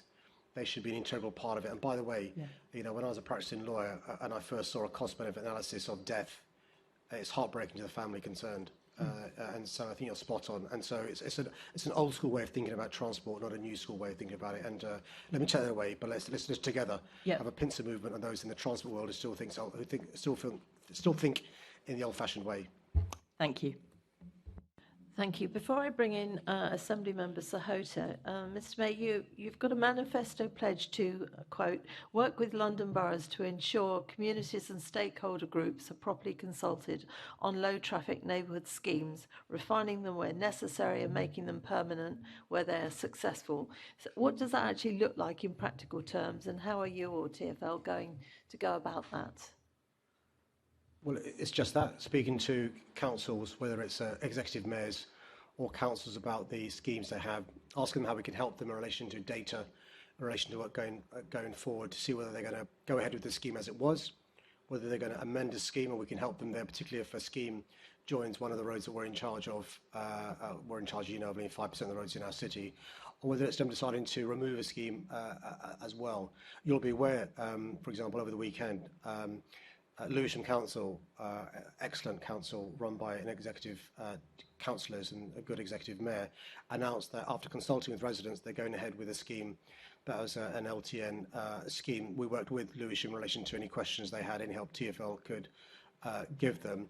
You'll be aware one of the downsides of the managed decline scenario is our ability to support councils, LIPs, cycle networks, and so forth will be limited. We're going to continue working with communities and councils to make sure we can improve active travel. So, as many Londoners as possible are on side in relation to these schemes. Okay, thank you. Moving on, I'll move now to Assembly Member Dr. Sahota. Thank you, Chair. Mr. Mayor, Happy New Year. We've been talking about the problems with the TfL budget. Clearly, the COVID-19 pandemic has shown that the model of financing TfL through passenger revenues is broken. Would you agree with that? And secondly, if it is broken, what does it need to be replaced with so that we can get the funding of TfL sustainable and back on its tracks? Happy New Year to you as well, and to your family as well. So the way TfL is funded stems from a deal made in 2015, which was ostensibly to remove the operating grant from TfL. When I speak to those who run transport in cities across the globe, they find it astonishing there's no operating grant for the capital city of our country's transport system, but also they find it astonishing that 72% of our services are provided by fares. We're too reliant upon fares. So when there's a pandemic like the one we've had, and with less people using public transport, you see a massive plummeting of revenues, which can't be filled in other ways. And also, as I mentioned, the ad hocness of any support we do have in relation to capital as well. So what we need is a long-term deal for TfL, certainty around capital funding long-term, but also a pathway to coming out of COVID.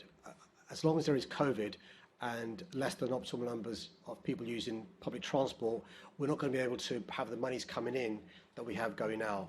And that's what's really, really important. And I make this point as well.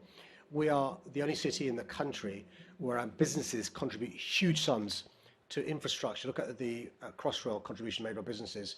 Look at the Northern Line extension contribution made by businesses, and there are many more examples.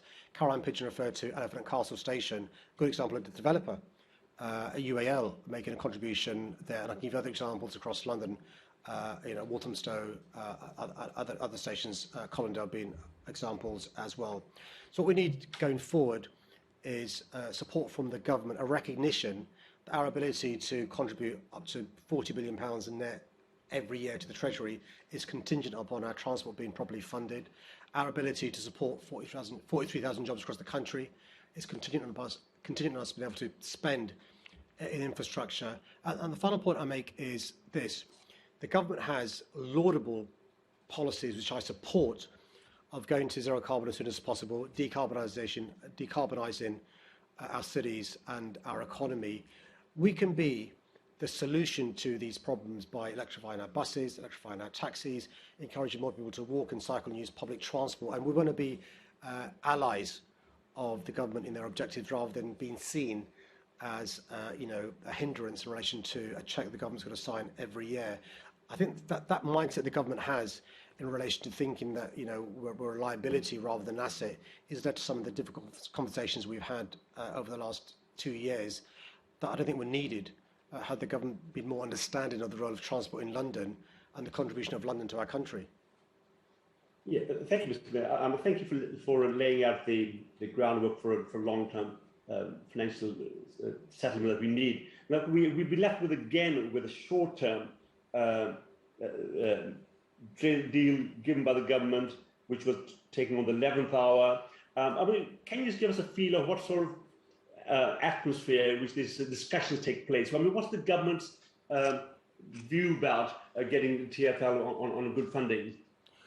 Well, I wish I could tell you what the atmosphere like was if we'd had some meetings.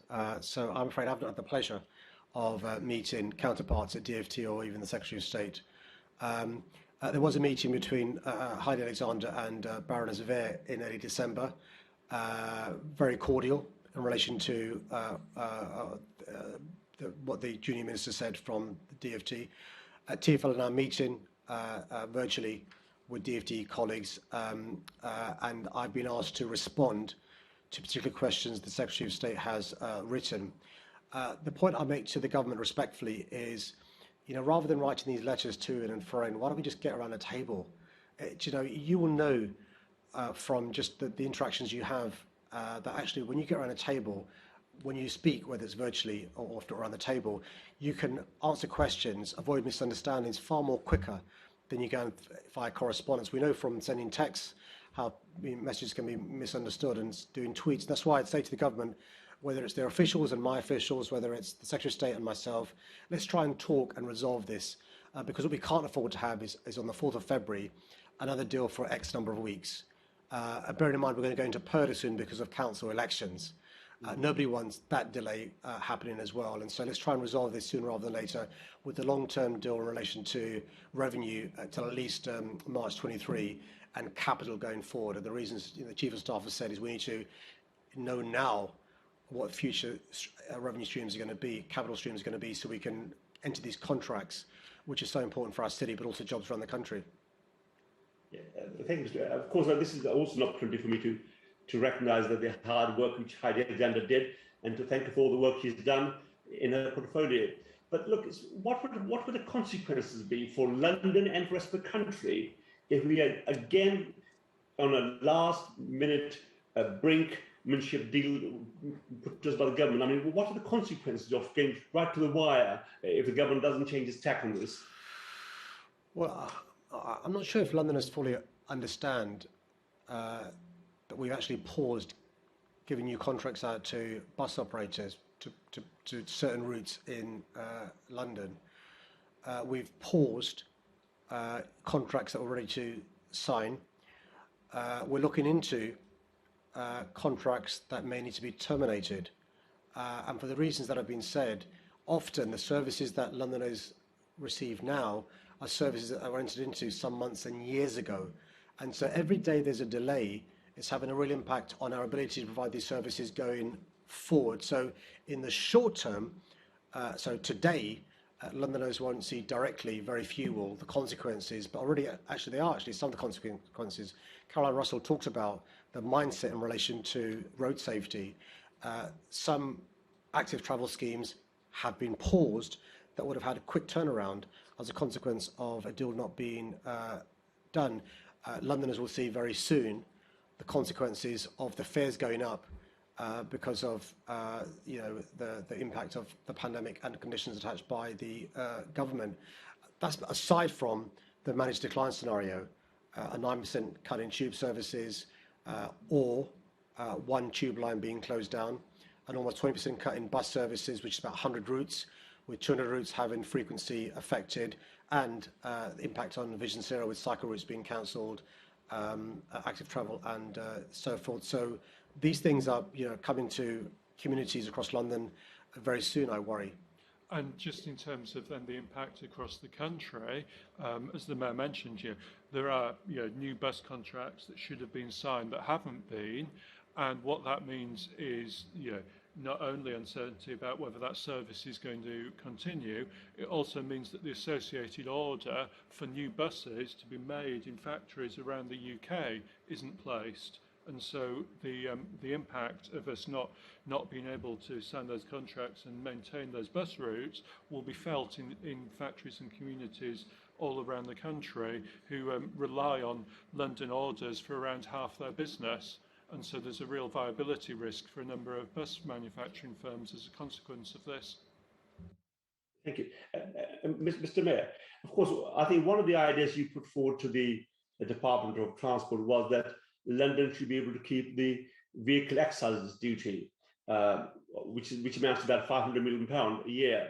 Can you tell us why you think the Secretary of State declined to agree to this suggestion of yours?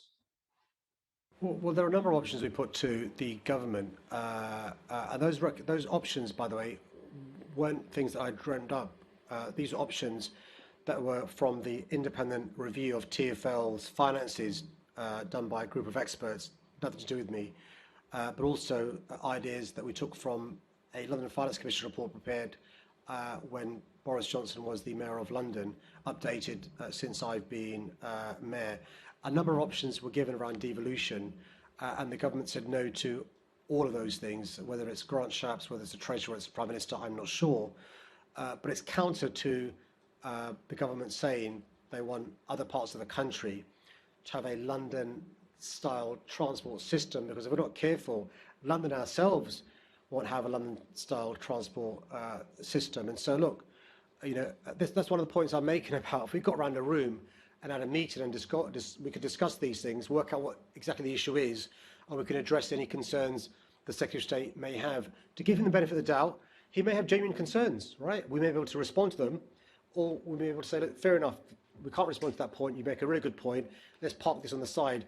Because there's no dialogue, it's difficult to do that. And I'd again encourage, if the Secretary of State is too busy, his officials to meet with our officials to try and understand what exactly the government's problems are with some of the ideas we put forward. Mr. Mayor, you're saying that there may be some good reasons, but why would he allow you to put up council tax, which is a regressive tax, and yet not agree to you keeping the vehicle excise duty? I mean, it doesn't make sense to me at all, Mr. Mayor. Well, we contribute in road tax about £500 million, which doesn't go to London. The vast majority goes to other parts of the country. And by the way, some of those Londoners who are going to suffer disproportionately because of council tax increases are also paying road tax and using public transport as well. But other things that are well rehearsed in the LFC, London Finance Commission report, in relation to devolution of business rates, in relation to getting a slice of VAT, in relation to devolution of some of the other taxes to London. All these are well rehearsed points. And you're right, what the government goes to, whether it's in policing, in relation to the police precept of £10, whether it's in relation to Transport for London, in relation to humongous fares increases, but also council tax, are things that punish often the poorest commuters and Londoners. I think it's unfair. Assemblymember Sahota, before you come in on your questions that we've allocated you, Assemblymember Fortune wants to come in. Have you finished your additional questions? I hadn't yet. You have? I had not finished. You no. haven't? Okay, can I ask you to pick up the speed, please, because we're really running late. I am. I'm trying Thank to you. Thank you. Issues which are very relevant to Londoners. Mr. Mayor, just to, I think we talked about briefly about this managed decline, and I'll come to my other questions after this. But I mean, what does managed decline mean, right, for London? And what does it disproportionately affect the most vulnerable people in London, the most people who are economically most dependent upon public transport? But we know that the poorest Londoners are least likely to own a car, and in some parts of London are incredibly reliant upon our buses and other forms of public transport. If we were to reduce bus services by almost 20%, take out 100 routes, and reduce the frequency of 200 buses, that'd have a real problem.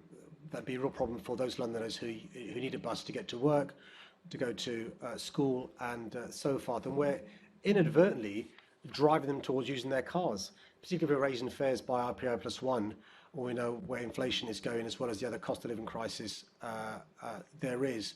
So on top of the regressive council tax increase, they'll have less reliable, less frequent buses paying higher fares, and you know the impact on tubes. I know your constituency is served by a number of tube stations as well, and that's why we say it's a false economy.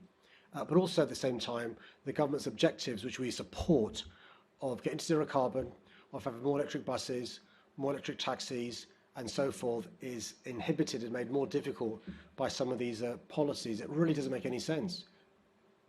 And Mr. Mayor, just finally on this section before I move on to my other questions. As you know, the Assembly has previously passed motions calling for a long-term funding settlement for TfL and calling on the government to publish the KMPG funding into the TfL. What more can the Assembly do to work with you to make the case for London to get a fair deal for TfL? I think it's really important that the question you just asked in relation to what Londoners can do to lobby our government and politicians on a cross-party basis can do to lobby the government to ensure we get a long-term deal for TfL. I worry about an argument taking place in Parliament, in the executive, across the country, that London is paved with, streets that are paved with gold, a city of milk and honey. It's not. The communities with the biggest poverty is in London. The wards with the biggest deprivation is in London. But also our ability to contribute towards the country's success is inhibited by TfL being done down. And so to answer your question is, you can directly lobby the government. Many politicians in the Assembly, particularly from the governing party, have got personal relationships with members in the government. If there are good reasons, I understand why public criticism is not a good thing to your own side. Conversations in private in relation to the reason why a deal is important. David Bellamy has referred to the impact on the country in relation to jobs and so forth. Look, we need their expertise from around the country. So it's not me saying be grateful for the crumbs you get from us. It's me saying we need the engineers, the manufacturers in West Midlands and East Midlands and stuff. But also, surely you've got to recognise you need us as well. And so any lobbying you can do on a cross-party basis to the government privately or publicly is well received. You'll have seen the huge lobbying done by the business community. We're really grateful for that. and parliamentarians of all sides in Parliament. I'm hoping the government can be moved on this. I'm hoping we don't get another short-term deal. I'm hoping we can get away from a situation where it's hand-to-mouth existence for TfL, and it's really important we do so sooner rather than later. Okay. Mr. Mayor, in 2020, you agreed a further funding of 825 million for Crossrail. Do you think it'll be enough to complete the project? And if it isn't enough, what are your other further options? So on Crossrail, it's just worth reminding those watching from around the country that we are contributing more than 2/3 the cost of Crossrail. You give me an example of any other infrastructure projects in the country where citizens of that city contribute as much as we do. And by the way, this is a national infrastructure scheme, transport scheme. So the country benefits from a scheme where funding mainly from London. So the Commissioner is keen to make sure we don't go above the additional monies we're borrowing. And by the way, we're borrowing this additional money. It's not been given to us by government. Caroline Pigeon asked about Crossrail Central Section completion. One of the reasons we are keen to have Central Section opened in the first half of this year is also to reduce the costs and to avoid going above the spending limit. I'm looking towards David because he's got the table in front of him in relation to different scenarios. There's a 50% scenario and 8% scenario, and David's got the figures in relation to the question you've asked about specifics. Yeah. Yes, sir. Yes. So the P50 estimate, which, if you like, is the middle case on what might happen. The last time that was quoted is 150 million pounds. The P80 would be 195 million pounds. So, and obviously there are more optimistic scenarios where the additional cost won't be that high. I know the Commissioner is very, very focused on absolutely trying to minimise this additional cost, and it's a real focus that he and the team are bringing to things. Thank you, David. And finally, Mr. Mayor, one of the main priorities for the TfL housing delivery plan is to maximise income. Sorry, is it to maximise income, or is it to deliver more affordable homes for Londoners? I don't think they're mutually. There's a distinction between income versus affordable housing. Yeah, I don't think they're mutually exclusive in relation to income and affordable housing. I think you can do both. You'll be aware the London plan we've now adopted requires all public hand to overall provide 50% affordable housing. You can have a fast-track approach of 35%. The conversation is more about whether you sell off the asset. You'll know that the TfL headquarters in St James's was sold off. That means no revenue streams coming in future, or whether you keep the asset and do a joint venture, and so you've got revenue streams coming in going forward as well. But in relation to the type of housing, that's now built into the London plan, so I'm confident there. But again, one of the things I'm hoping Lord Coslake gives us information and advice on is in relation to what we can be doing to get both income streams, important, of course, for TfL, but also for MOPAC as well, let's be frank, and other public bodies which have surplus land, but also making sure we meet the needs of Londoners, which is for genuine affordable homes. And that's, absolutely one of the things about this is that now the London plan is in full effect, it's a different situation to what we've had over the previous few years, where the Mayor's guidance around 50% had some weight in planning matters, but wasn't a part of the full London plan from the previous Mayor that was still in effect. So that was a real kind of tension that people had to navigate. But now I think the planning situation is very clear because the London plan has been adopted and sets out very clearly what is required in terms of development on public land. Thank you. Thank you, Mr. Mayor, for your answers. Thank you, Chair, for all your indulgence. Thank you. Thank you. Assembly Member Fortune. Thank you very much, Chair. Mr. Mayor, this is a follow-up question for you, actually, from a discussion we had in December. You mentioned earlier that financial planning for business is really important, and I couldn't agree more. One of the concerns that businesses have in outer London is that proposed boundary charge. And when you wrote to me in June, you said that the findings of the study would be published later in the year. We spoke about it in December, and you said you hadn't had a chance to read it.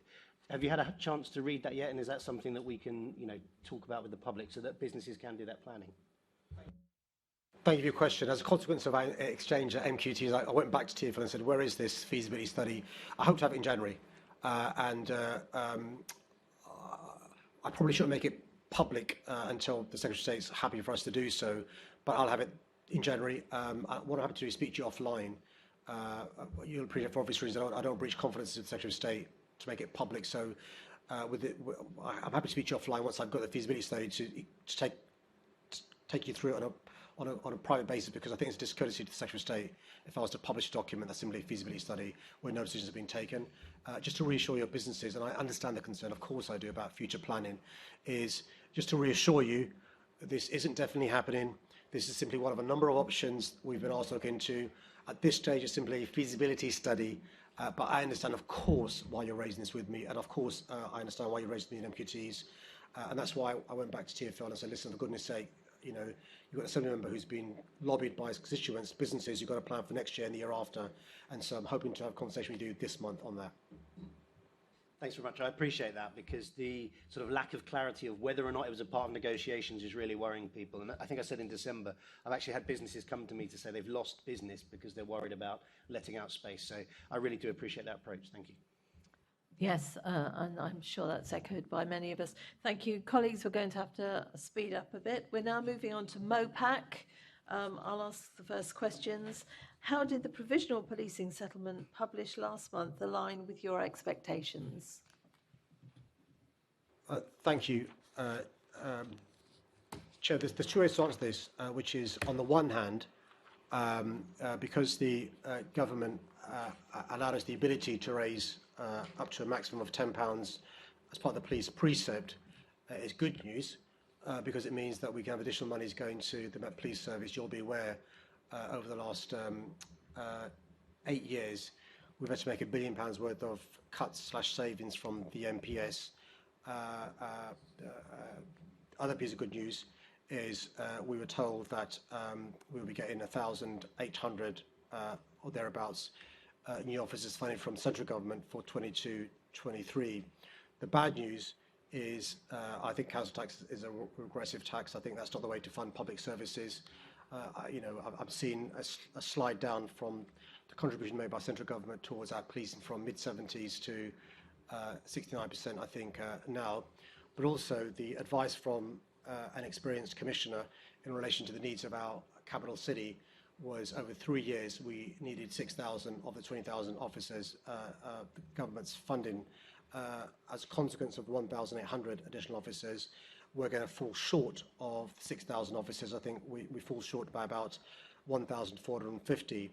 That's the bad news, particularly bearing in mind our population is going up all the time. Our population is 1.4 million more people than it was in 2010. Crime is more complex, and the ratio of police officers to the population is still less than what it was in 2010. So that's in the round, but I can explain more if you'd like to do so, and I'm sure that'll come out in the questions. So what is your current thinking around police officer numbers? I don't think we've got enough police officers to keep our city as safe as it can be. When I speak to our friends in New York and I see the numbers of police officers and staff they have, I get green with envy. I say this, though, whereas crime has been going up in cities like New York in America, violent crime in particular, we've not seen that in London, thankfully, but it's a big problem. I agree with the Commissioner's advice. I think we need another 1,450 officers on top of the officers we'll have at the end of 22-23.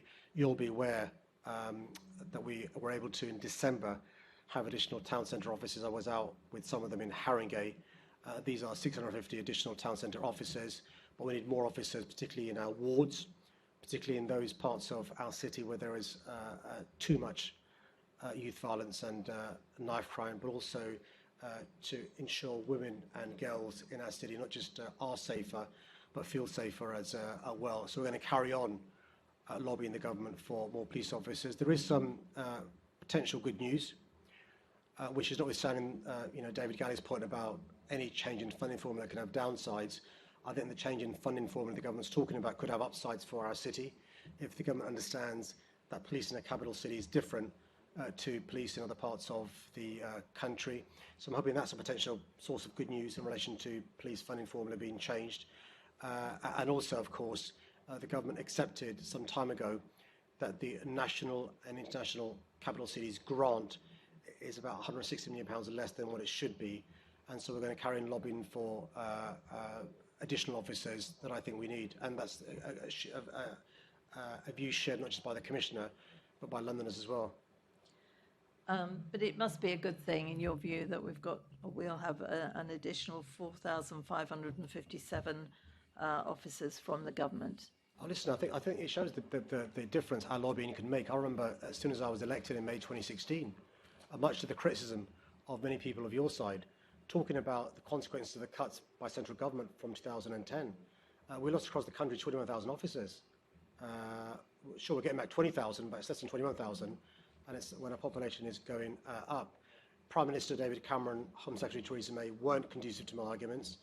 Prime Minister Theresa May, Home Secretary Enver and Sajid Javid weren't receptive to my arguments. I'm pleased Boris Johnson and Priti Patel have been partly receptive to my arguments. So I welcome the partial U-turn.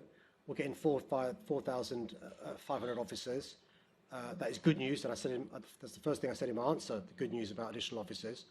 But the bad news is it's not what we need for a capital city of our size. But it shows a difference, being a champion and an advocate for our city can make. I accept, and I think many of us would love thousands and thousands more, but in reality we've got more than we've had for 10 years, which is a good thing. I'm glad the government is giving us money, if you like, for 4,500, and the Commissioner originally said 5,000. It was only when you said 6,000 she then started saying 6,000 because we were taking great notes of this at the time. Even without the uncertainty caused by future allocations of additional police officers, MOPAC is projecting a £15 million structural budget gap in 22-23. So how have you been challenging MOPAC to identify efficiencies and different ways of working to close that budget gap? Well, Chair, that's an ongoing process. Clearly, MOPAC finance officers lead on that and challenge the Met regularly. We will see we've seen some of the benefits of that through the transformation programme, which is delivering both very significant cash savings, but also productivity savings in terms of what it means for officers and their ability to be more efficient. There are a number of areas that are being looked at. Now we've got the provisional settlement and we're clear on what the funding gap is in order to deliver a balanced budget. And I know that the Commissioner is keen to discuss those with the Mayor, and we will do that before presenting a final budget that balances in February.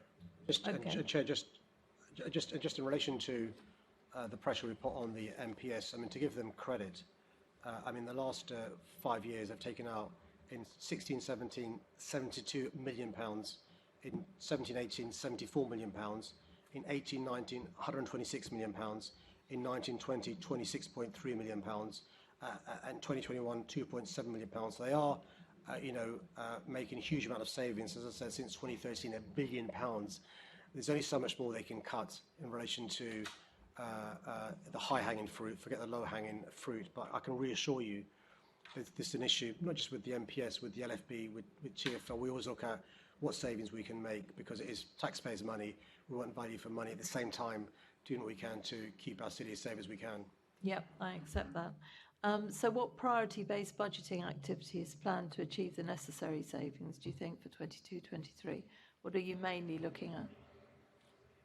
So it's for 22-23 to balance, there isn't time to run a full priority-based budget exercise. The Met plans to do that when our new Chief Financial Officer is formally imposed. So it will be done as an exercise leading into next year's budget.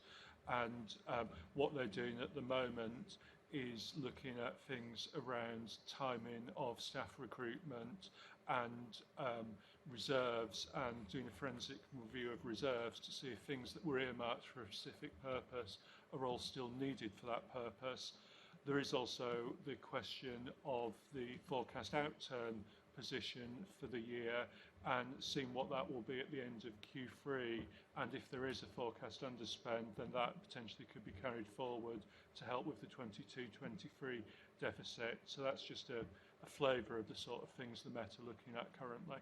Just to reassure you, Chair, the Deputy Mayor for Police and Crime is quite clear that the new CFO must undertake a priority-based budgeting exercise that will look at the whole of the Met and identify service improvements and cost savings. So you have the reassurance from the Deputy Mayor. But as David has said, we need the new CFO to have his or her feet under the table. But we can reassure you that that's one of the things that they'll be asked to do sort of straight away. Oh, good, because salami slicing doesn't ever help, and it's very often where we end up if we're doing something in a rush. How concerned are you about the future of MOPAC's capital programme, including its funding, and what action are you taking to ensure its sustainability over the long term? We're very concerned. As the committee may be aware, the government had previously reduced their capital funding grants for policing down to £3 million at a time when the capital expenditure annually can be over 350 million. In this settlement, the government have actually ended the capital funding grant and just merged it in with revenue funding to address revenue funding pressures there. And given the scale of investment that is needed, I mean, on an ongoing basis, obviously in the Met fleet, but also in the Met's IT and in the Met's estate, not having a dedicated funding source for this beyond capital receipts from disposure of buildings is a very real problem, because while the Met can dispose of parts of its estate it no longer needs, as it has been doing for a number of years, again, that's a source of funding that is going to run out, and that fundamentally leaves us with a choice in terms of funding the capital programme, which is necessary. We can't have a situation in which police officers and staff are asked to work in buildings with water coming through the ceiling, or with IT systems that's decades old and prone to fail at any moment. It's absolutely an essential part of providing an effective police service.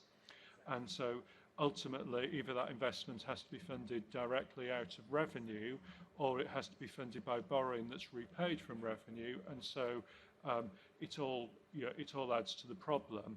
We are looking to minimise borrowing and use reserves temporarily in order to do that, and thus save ourselves on interest costs. But it's absolutely a very big problem that we face in terms of the future finances of the Met. It really is. Have you got any strategy going forward beyond saying it's a real problem? I mean, it's clearly a real problem. Yeah. What are your thoughts? I think the thoughts are, firstly, like we say, let's minimise borrowing where we've got reserves that can be used temporarily so that we keep our interest costs down.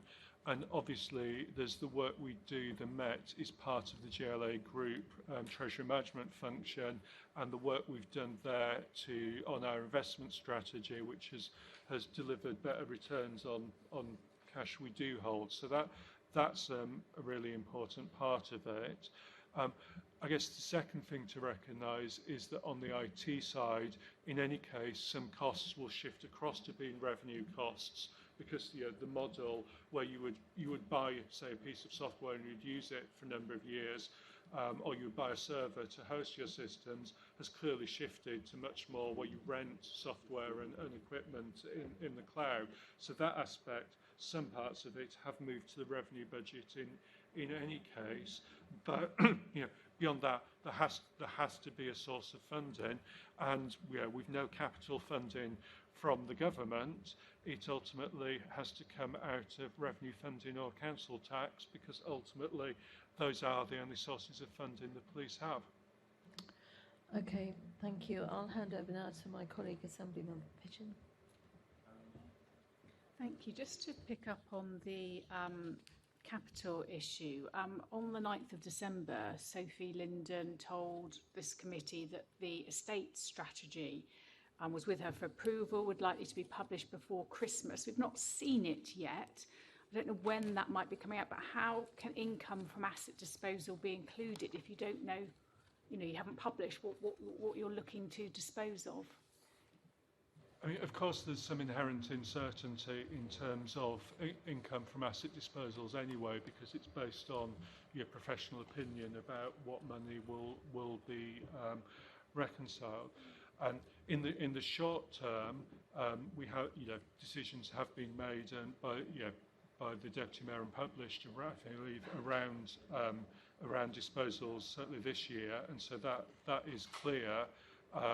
And otherwise, what's in the budget is based on the strategy as set out. It's been through a lot of review now. It's at the point where I've read it and put in a couple of questions to be looked at. And when that's been done, it will come forward to the Mayor. And I'm not, from my reading of it, expecting kind of material deviations that might impact the numbers in this budget. And just to reassure you that the MPS Management Board and the Deputy Mayor have already got you mentioned estates and potential revenue raising, a number of buildings, inverted commas, surplus to MPS requirements that have either been sold over the last few months under offer or approved for disposal. That's aside from the estates strategy review that you're talking about, which will come to me shortly to look into. But the estate strategy is not just about selling assets, it's also about improvements, refurbs, so absolutely, but I just wondered if you're planning some big change and to reduce your estate radically, then there would be an assumption then in the budget, and it's sort of chicken and egg almost. But I appreciate it covers other things as well, and things you might want to be investing in. Before I move on to my final question, could I just ask you, picking up on the question earlier, because we're looking at all the different budgets from the different functional bodies, and it is complex and trying to understand the different things going on. But MOPAC's budget assumption is still based on having 6,000 officers, as the chair said, but we know that's not going to happen. So I don't understand why it hasn't been revised. I understood when we saw Sophie and the team in December, I guess it was, they didn't have the settlement then, but they do now, and I don't understand how you can have something that's been revised but doesn't reflect the reality. And surely this isn't best accounting practice. And I don't know, David Gallie, you might want to comment on that, because it just seems to me it's poor practice. You're putting something up that's based on no reality. Can we just be clear on the facts? So the MOPAC budget submission happened before the provisional settlement. Yep, so there was uncertainty there. The consultation budget the Mayor has published, that we're here to talk about today, was published after the provisional settlement, and so it's suggested to show income and expenditure of the additional officers that the government has said it's funding in London. So if you look at the 22-23 numbers, they absolutely reflect that. So when we got the provisional settlement, we got it on the Thursday, and within a week we published the consultation budget, updated to reflect on what the government put in the provisional settlement. So when do we get to see the MOPAC revised detailed budget that reflects the reality? So through the process now, the MOPAC budget, as for all organisations, is as set out in the GLA group documentation. So the consultation budget, which you've got before you now, the draft budget due to be published on the 18th of January, and the final draft budget in mid-February. When we've had the plenary on the final draft budget and the council tax has been confirmed and the Mayor signed the associated decision around business rates, then each organisation prepares its own internal financial budget based on that funding that members have decided each organisation will have. Okay, do you want to add anything, David? Because it does. Is it worth do you understand what I'm saying? As a layperson, you're looking at stuff and you just think, well, this isn't based on real is it worth figures. Turning to page 40 of the consultation document, if you've got that? But I don't have any of that with me, I'm afraid. So in 22-23, as Chief of Staff has said, there is no non-structural gap. That's MOPAC code for the additional officers. But there is a 15 million additional funding requirement, the balanced budget issue we talked about earlier. So for 2023, the year under consideration, MOPAC, subject to that 15 million being balanced, have a balanced budget. For 23-24, there is a non-structural gap of 117.5, and that's been repeated in later years, which reflects the Mayor's continuing aspiration to have 6,000 officers. That's the funding gap, if you like, arising from the not being 6,000 officers at that point. So in future years, from 23-24 onwards, there is still the aspiration to have that level of officers, and that's what the indicative figures for future years set out. Okay, thank you. And I'd also, in terms of the MOPAC submission, refer you to para 5.7 in it, where it set out the uncertainty and explain how much of the funding gap was around the additional officers and a decision from the government being awaited. Yeah, no, we did discuss that. I just think it's quite, I just find it quite complex, and it just doesn't feel to me that logical, at least how I flow through things. Let's just pick up one of the issues that came up in December, that MOPAC hadn't completed a cumulative equality impact assessment of its budget submission. Is this something that you will commit to and publish as a matter of urgency? No, I believe that's standard practice in that the equality assessment is done based on each individual proposal as part of the decision-making process. I don't believe MOPAC is unusual in that. I just on that, other functional bodies, I am informed, completed this for their budget submission, such as the London Fire Commission. So other bits did, but not MOPAC, which is why we were flagging it as an anomaly. Maybe we can go and I can open up the LFC submission and see what it precisely said. But my understanding, and I stand to be corrected by professional officers on this, is that equality impact assessments are absolutely done on each individual decision, not trying to work through everything together as part of the budget process. Again, sorry to quote from the document, para 428, EIAs have not yet been undertaken for each of the change proposals that are contained within this budget, MOPAC's budget, but such assessments will be provided within each discrete decision. Yeah. Those assessments will then be published as part of the decision-making process. But given I am informed other bits of the GLA group have done this cumulative assessment, is this something, Mr. Mayor, that you would consider going forward, if not for this year? I mean, I wasn't cited in advance of your question. Can I take that away and get advice and come back to you? I suspect maybe because MOPAC commissions services, which probably do, there is a quality assessment when it comes to allocation of grants and so forth, funding, which may be different from LFB and others. But can I take this away and come back to you on that? Thank you. Thank you, Chair. Thank you. Assembly Member Duval. Thank you very much, Chair. Look, I get it. I think I get it about the issue of the 6,000 officers, which actually back in February 21, all the Assembly supported the issue around that because it was based on a professional assessment of what we need. The real issue about this budget, would you say, is and why we need to maintain issues, whether it's police numbers, whether it's underfunding in grants that we get from central government. It doesn't really matter who's in power, whether it's Labour or Tory. It's never going to be another party. Labour or Tory, the feds don't get London and about the funding of London and policing. Would you agree that basically some of the inherent problems we're facing in the policing budget is still the lack of being able to articulate, and the only way we can articulate that underfunding is having the going through the rigmarole of what you're having to do about the 6,000 police officers. Because both government are putting in money and there, but that funding of those 6,000 officers is almost like our proportion of 20,000 officers. There is a formula established nationally that the government chooses to ignore, and they choose to ignore to the disadvantage of Londoners. Should we keep quiet about that unfairness, or should we still highlight it? What's your view? Tell me why of that, and where does that fit in on other issues like the NIC grant and all the rest of it? Because I do think there are some elements of that. I've got some other quick questions after. I'll give you a chance to come in on that.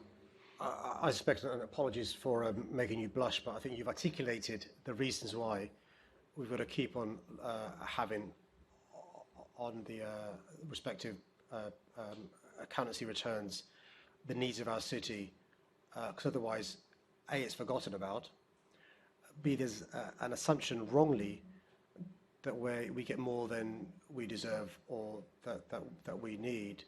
But also, there's a failure to understand the complexity of police in our capital city. The very reason, and you're spot on, it's not a party political point, it's happened under successive governments, the way the Treasury operates, they're a law to themselves. Only they understand how they make some of their decisions. It doesn't appreciate the complexities of our capital city. By the way, it applies to transport as well as policing. And that's why the National and International Cities Grant was originally set up, right? But we get just south of £160 million less than we're supposed to.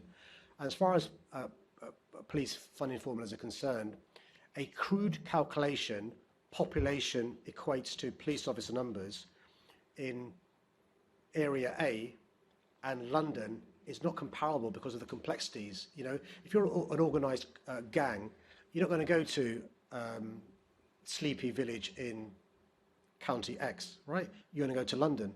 If you're a terrorist, you're not going to target, with respect, Sleepy Village in County Y. You're going to go towards London and so forth. The costs in London are far greater, whether it's building, Caroline Pigeon talked about estates, or other issues as well. And so the expert advice from the Commissioner, who's been appointed by the Home Secretary and extended by the Home Secretary, is we need 6,000 additional officers. This is going back 2 years. We've got 4,500 officers, thank you. But actually we need another 1,450 officers. And we're going to carry on lobbying them for them, right? Because Londoners didn't vote for a patsy or somebody who's not going to say boo to a goose.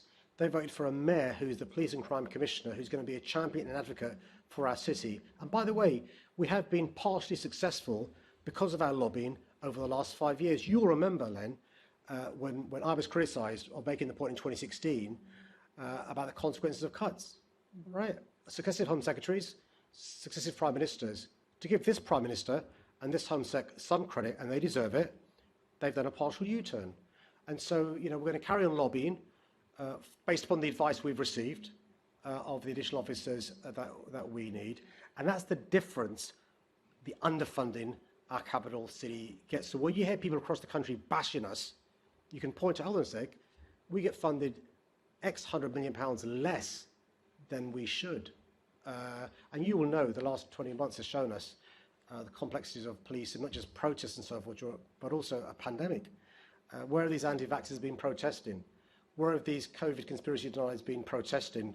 The Health Secretary's home yesterday was targeted by these anti-vaxxers and conspiracy theorists and so forth. He lives in London, right? And so I think there's got to be a recognition of this. And that's why we're going to carry on lobbying, arguing, and putting on our balance sheets the 6,000 number. Okay, so I think then if we can get that about why we're doing it, and it's no detriment to budget making, it might look odd, but it's actually there and it's for a good reason of actually protecting resources for Londoners. Let's talk about performance of policing and those police numbers. How can would you look at being more transparent about what are we getting exactly for our bang for our bucks in performance issues?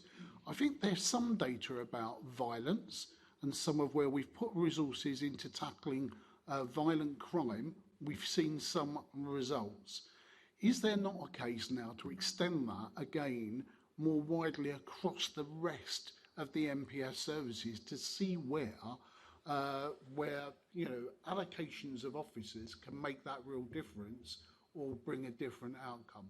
There are all sorts of issues around that. And then I suppose the last thing at the Holy Grail in policing, how do we involve the public in that? Not determined, because their priorities may well be different, isn't it? Your number one priority is tackling all forms of crime, but you must be very worried about issues of terrorism.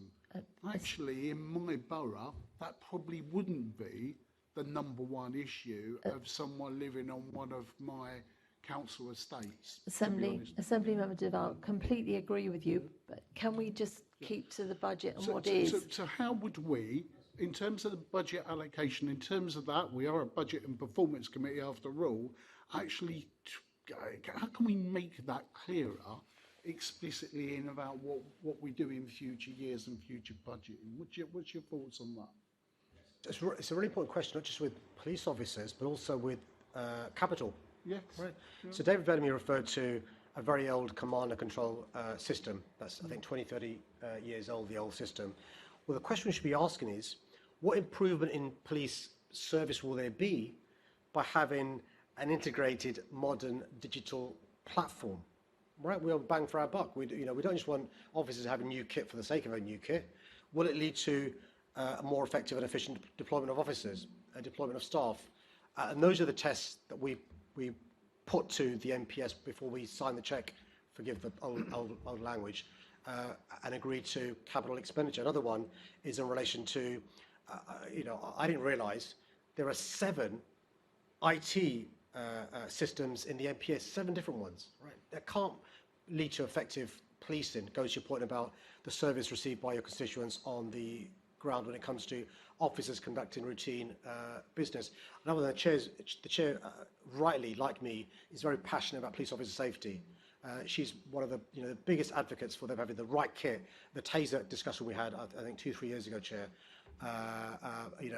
Same thing goes there. The Commissioner's got to persuade us. She's the operational decision maker. Listen, these new tasers, having more officers trained using tasers, are sensible and effective for reasons X, Y, and Z. And she's got to make the argument, right? And she does. And the Chair's been an ally in relation to police officers having the right kit. And I'm really proud, by the way, Chair, our police officers have all the best kit they deserve because you know the risk they take on a daily basis. Just to reassure you, Len, all these things we properly have ways of assessing, and you now receive on a quarterly basis the dashboards. So the question you should be asking us, I say give us 6 months, is what difference have the additional town centre teams made? 650 by February.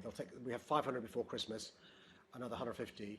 And I was in Greenwich, by the way, an area you know very well, with a councillor you know very well, walking the streets in relation to some of the differences being made there by those police with councillors talking to retailers.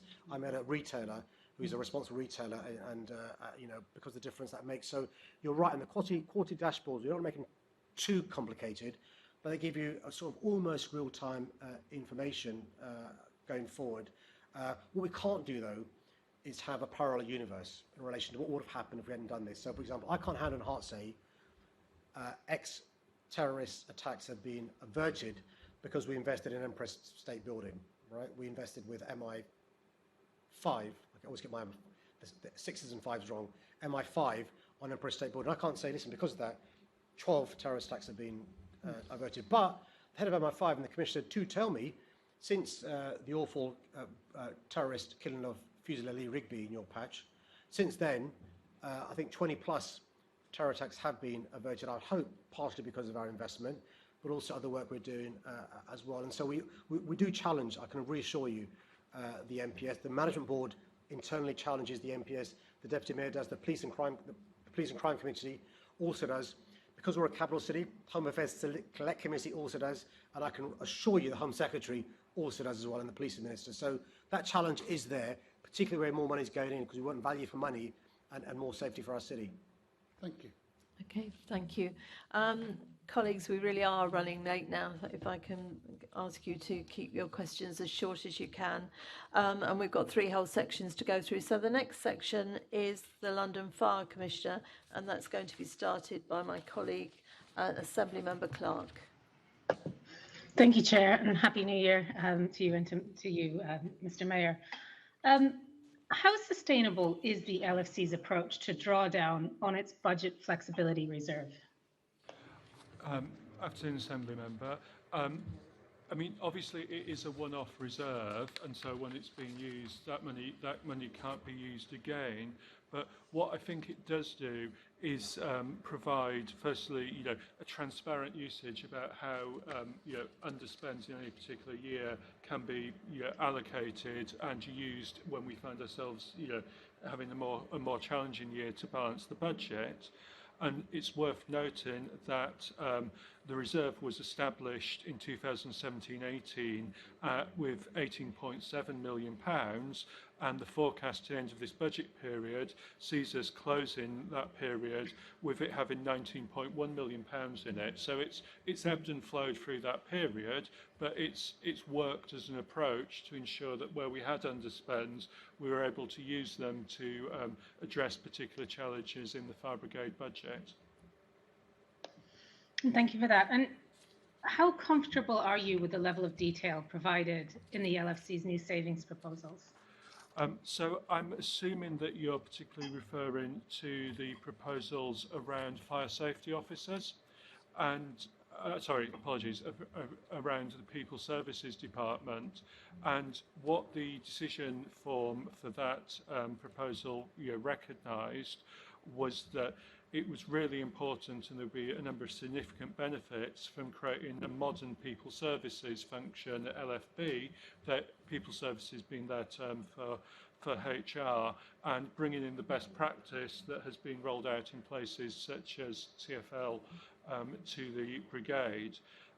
They set out in that a number of areas in which they could see that savings were going to be made, but they did recognise that the specifics of those were hard to quantify at this stage until those changes were made. Our learnings from TfL and elsewhere is that absolutely this is a more efficient approach, not just in terms of the HR team, but also we can see that there will be real savings through better sickness management and support for frontline staff, which will then reduce the amount of overtime that the brigade need to pay covering for sickness. And so we see there are real savings to be made. It's just a question about going through the process in order to put proper quantification on them. Yeah, and do you think those savings will protect the LFC from so that there's no future overspends? I mean, I know it's very difficult right now to predict the future, but should those savings see the LFC in better stead going forward? I mean, they're clearly a vital part of ensuring that the LFC budget balances. They're also a vital investment in making the brigade be as an effective and modern organisation as possible, which clearly is a vital consideration, as I know the committee will agree. The reality is, though, that there are other bigger factors at play in terms of sustainability of the brigade's budget, in terms of government decisions around funding, in terms of the huge pressures we face from the built environment and potential impacts from climate change as well, and so also pensions and the impact of the MacLeod Sargent judgment. And so really sustainability for the brigade budget is really going to focus principally on those big ticket items. Okay, thank you. And thank you, Chair. Thank you. Assembly Member Fortune. Thank you very much, Chair. I'll make it quick, mindful of time. We learnt, I think, from a question that my colleague Caroline Russell asked in December, that the LFC were under real pressure with recruiting officers, especially the specialist officers. So can you tell us, Mr. Mayor, what you're doing to help them rethink that strategy, not just for recruitment, but also for retention? Thank you for your question. Well, there was actually a recruitment freeze for a number of months, I think for 6 months. That freeze is unfrozen, is that the phrase? There's no longer a freeze from January. And so a number of targets for who the LFB will be recruiting. Training is very important, but also, as you mentioned, the specialist side of things. The new Act of Parliament, we've not seen the guidance here, the Fire Safety Act, but also the Building Safety Bill, will put additional duties on the fire service. Think of inspection, enforcement, but put aside who the regulator is going to be. And so that provides additional opportunities for ordinary firefighters to have additional training, another string to their bow. They can be doing inspections when they're not going out fighting fires. But also the staff that aren't firefighters, the operational staff, can maybe be skilled up to do some inspection work. So opportunities there, which actually saves money and provides a potential benefit, but also is important for the continuing professional development. At the same time, who we recruit is very important, not just in the HR sense that David has referred to, but also future challenges going forward. Senator Clark and I have discussed at previous MQTs about additional challenges around climate emergency. Flooding wasn't really an issue 10 years ago like it is now. It's going to become more of an issue going forward. So they've got to adapt to new challenges we face. That's aside from the built environment challenge we face as well. So there is a strategy, which David's going to mention very briefly. But I should just say this, that the employment market in London is quite challenging for everyone in the public sector, police, fire service, TfL, competing with the private sector with a finite number of people on the market. So that's the context of the challenge that you raised in your question going forward. Yeah, so while we had the recruitment freeze for operational firefighters, which decision has now been taken to lift, the brigade always kept looking for fire safety officers. Clearly, post-Grenfell, it's an incredibly challenging market, and we do have future concern about what impact the new regulator and its need for staff will have. But the brigade, it's a question I ask them about when I see the commissioner for a review every 3 months, and it's always a question I ask is about this area and are we doing enough? And in the interest of time, I won't list all the individual things that they're doing, but they've got a range of initiatives, and they're really recognising the challenge in the market. They're really trying to grow people and bring on the next generation of fire safety experts, and it's absolutely critical that they do that and continue to do it. Thank you. I get that in terms of the pipeline of bringing people in post the freeze, the melt, whatever you want to call it. And I think that was more specifically on the operational side. I think it was Adrian, I forget his name, Bloomfield or something like that. That's right. He was talking more about the specialist side. Yeah. And the challenge is you get them in, you provide the training, but of course the environment being as it is, they're straight out the door to be private consultants. So it's just to turn our mind towards thinking about that retention side of the package as well.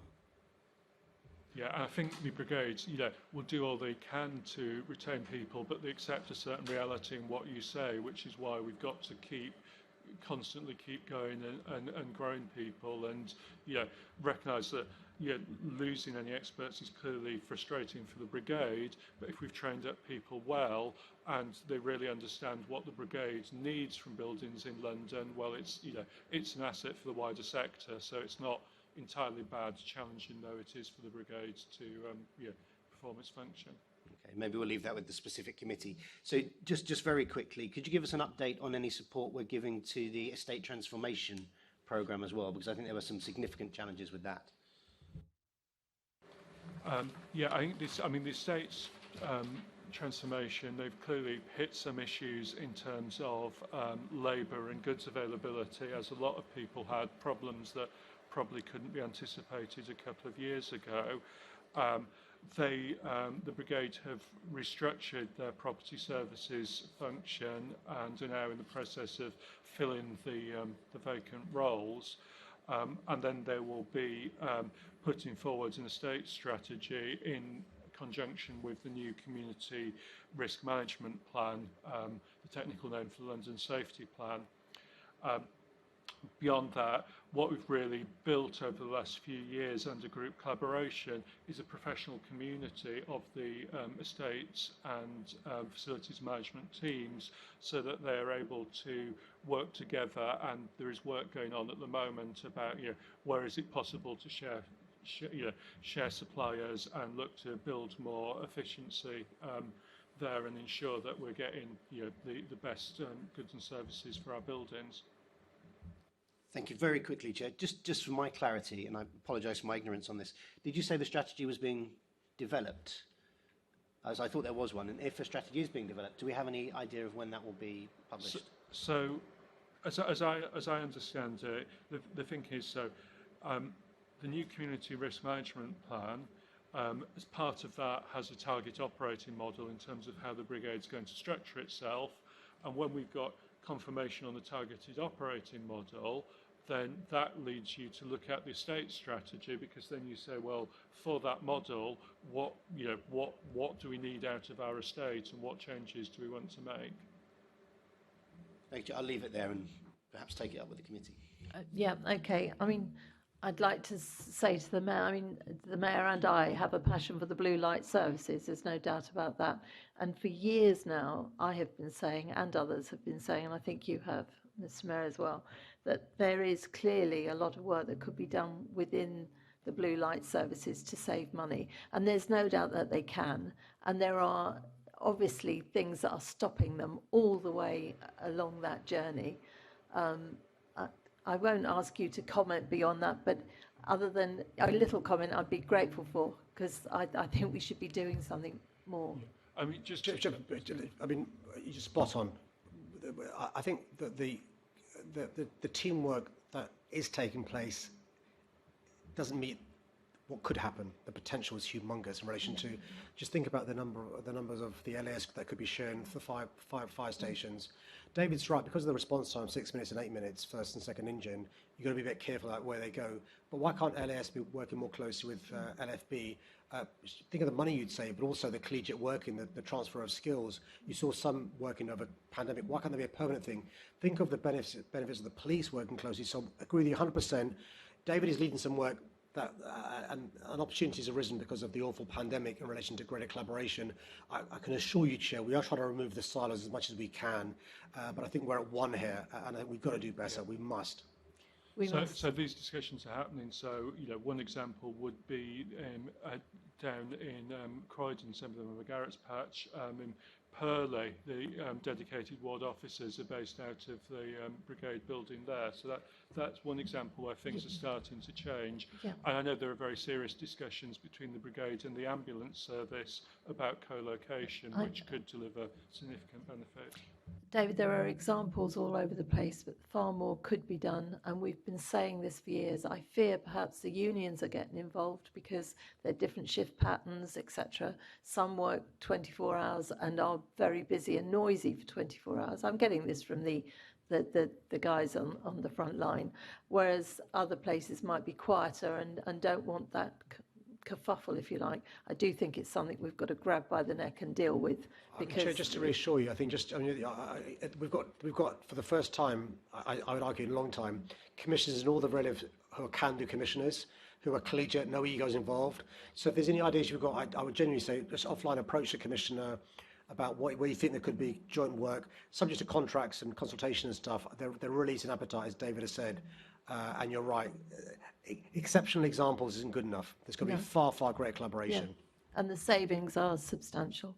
I would just leave the fire brigade by saying I am very concerned about their particular budget. There's no innovative ideas around savings. We cannot look to reserves. I don't think it helps not having a chief finance officer. Hopefully that will be resolved. But I sincerely hope that the next round of budgets, we're looking at something completely different to the one we're looking at now, because it is not looking good. We'll now move on to the sixth section, and if you can be brief, Assembly Member Duval, I'd be grateful. It's on the LLDC. Okay, let's go through this fairly quickly then. In terms of question to David Gallie, how's the LLDC's financial statement position showing negative net assets of 268 million consistent with its confidence that the increasing GLA loan will be repaid? There's two separate issues, Assembly Duval. So you have the present value that LLDC have for their assets, which obviously, as you say, has recorded that negative valuation, which has been professionally assessed, as against then the long-term repayment plan that we monitor very closely about how LLDC will repay the sums we're investing in them for the East Bank and all the other development of the park. And so where we're looking at over the longer term, and then we're talking into the mid-2030s in terms of the repayment then of the sums that we are paying into the development of the park. So there are two separate issues. Okay. And maybe this is caught up in the two separate issues because, look, I think we're still learning the complexities of the Olympic Park, the financing of it, the issues around that. How much is the LDDC loan and when is it expected to be repaid? So we set a borrowing cap earlier on in the budget process of 520 million. Now you'll see in the detail of the budget there's a temporary extension of that into, or we're looking at it potentially into 23-24 on the existing projections. So there's a small increase in that borrowing cap that we're anticipating. Now there's obviously a model is very complicated. There are lots of variables, not least of which is particularly the receipts we'll get back in. You know, the costs are now becoming solider in terms of the amount we're going to pay forward. So as we go forward, getting more confident on the cost side, but clearly we're still vulnerable about the extent to which house price inflation, the receipts will come through, the timing of those. Often some of these receipts are very, very lumpy, so they don't come through on an even basis. The model at the moment is one where we're looking at a material surplus in terms of the overall return that we're making, and obviously we look at that very closely, but that is, as I say, based on a series of assumptions, but looking to that sum to be repaid ultimately in the mid-2030s. Okay. Let's move on to the next question, the same one to you, David. You know, I'm not from the school of Boris Johnson that everything is going to be all right and everything is rosy in the gardens. But, you know, some would say that the Olympic Park will not be sustainable in 2025. And at the point of the LDC's transition, can you explain how the LDDC's activities will be transferred over to a legacy body without a legacy body inheriting significant financial liabilities? What's your thinking about that? How would you do that as a finance officer in terms of that? It's no good looking to them. I'll ask the political question in a minute. I'm asking for a technical bit on your financial view about how would you reconcile that? I mean, for me, it goes down to a very simple point that ultimately the GLA is underwriting the whole development. So, you know, we obviously need to finalise the transitional arrangements, whether it remains a kind of a smaller LLDC or how that might work in operation. But ultimately, it is the GLA that is bankrolling and is ultimately liable for that. So the assets, you know, could well remain, liabilities could still remain with a reset LLDC to be determined, discussed. But actually, the GLA still is there underwriting. So in terms of there's no real change in either the risk that we are bearing as GLA in terms of the investment in the park. But there's a truism in it. Decisions we're taking today will affect that transitional body and how it works financially or doesn't work and what it goes with it. So can you just explain the decision to increase the LDDC's borrowing limit to 550 million? And are you considering increasing it in the future years? What's your advice to the mayor? I don't think there's anything secret in that, but in terms of how you go forward, because time is of the essence, isn't it, as you move towards 2025? So you may recall in last year's budget we set out that the borrowing cap was to be temporarily increased to 550 in later years on the profile. Yep. So this budget today it confirms that assumption, but it's still obviously based on forecasts of profiles of spend that are incurring. So there's obviously a degree of potential change around that. But I think the important thing to emphasise is, although we're anticipating there'll be a temporary increase in that borrowing we will undertake, the borrowing actually, again, subject to obviously the lumpy capital receipts coming in, but we're anticipating a large receipt coming in fairly quickly. That borrowing sum will start to be repaid relatively quickly. And obviously that then gives me reassurance around ultimately the confidence we have that there will be a surplus that will emerge once the final debt is repaid, again, subject to all the assumptions that we're making. So you're fairly confident that the loan will be repaid? Yeah, I mean, the projections we've made on the assumptions that are prudent are ones that are showing a material surplus that will emerge on the present projections. But obviously that is subject to change, albeit, as we discussed, short term, there is an issue about the borrowing cap we impose then being breached and having to be increased. Okay. And then, I suppose, from a financial point of view, have you given consideration about from the running and maintaining the assets of the stadium within this issue? Where are we on that in terms of officers getting ready to give advice to the mayor? And I presume it is a joint discussion between the GLA. If we're underwriting the Act, it's not the LDDC deciding it alone. It's the shareholder, isn't it? Because that's what you are. Yeah, I mean, the GLA and LDC officers work very, very closely together in a very collaborative fashion. I think it's important, though, in thinking around the ultimate costs of transition, that there's obviously work we're doing to try and minimise the transition, sustainability of the new reset LLDC. But I think it would be unrealistic to think that the stadium could ever be self-sustaining, would need to have a ongoing investment from the GLA. The thing I'd say is that we need to bear in mind also that although LLDC is funded from business rates and the GLA effectively on an ongoing basis, the LLDC as the whole park has actually generated a very, very large sum of ongoing business rates and council tax because of the development. I think the latest figures are something of the order of 70 million. So it's important, I think, in the context of understanding the subsidy that will be necessary for the Olympic site, that we bear in mind the actual contribution that is being made from the whole development and take it from a holistic public sector view to actually understand really what's going on, rather than here's the mayor subsidising the Olympic Park again. Over to you, Mr. Mayor. We're in a very different place than where we were 5 years ago. How confident are you in terms of listening to those answers and your own views around some of the financial situations relating to where this particular asset is on the GLA books? I think it's a success story. I think this year is the 10th anniversary of the Olympic Games in London. And when I see the progress over the last 5 years, there are challenges as well, by the way. I think we've done a remarkable job in relation to the East Bank.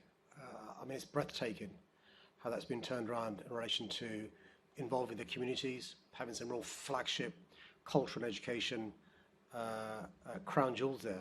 It's arguably, there's no argument about it, it's the biggest cultural and education area of London since the 1950s, and it'll be accessible, East Bank and the communities involved in relation to that. Put aside the pounds and pence benefits we're getting from council tax and business rates. We've gone from 11% of those homes being affordable with a dodgy definition, approaching 42%.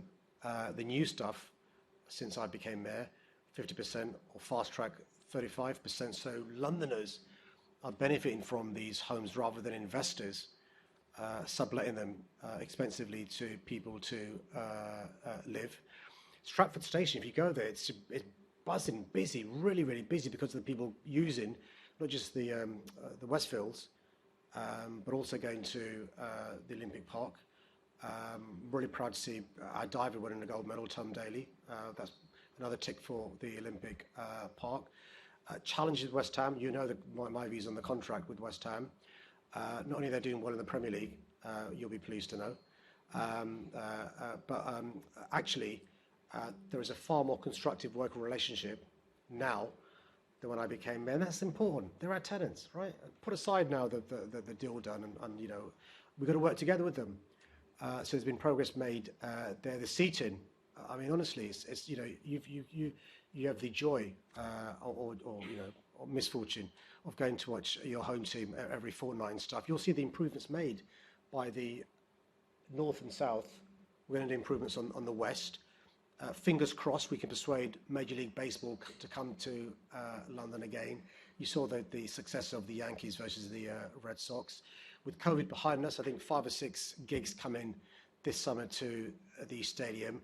And the important prize to keep our eye on is, put aside the cost of West Ham to City Hall, but the benefits to our city by the regeneration in that part of London is huge in relation to the footfall going up all the time, in relation to the revenues being raised, in relation to reputational enhancement. You compare and contrast any city that's held the Olympics 10 years on.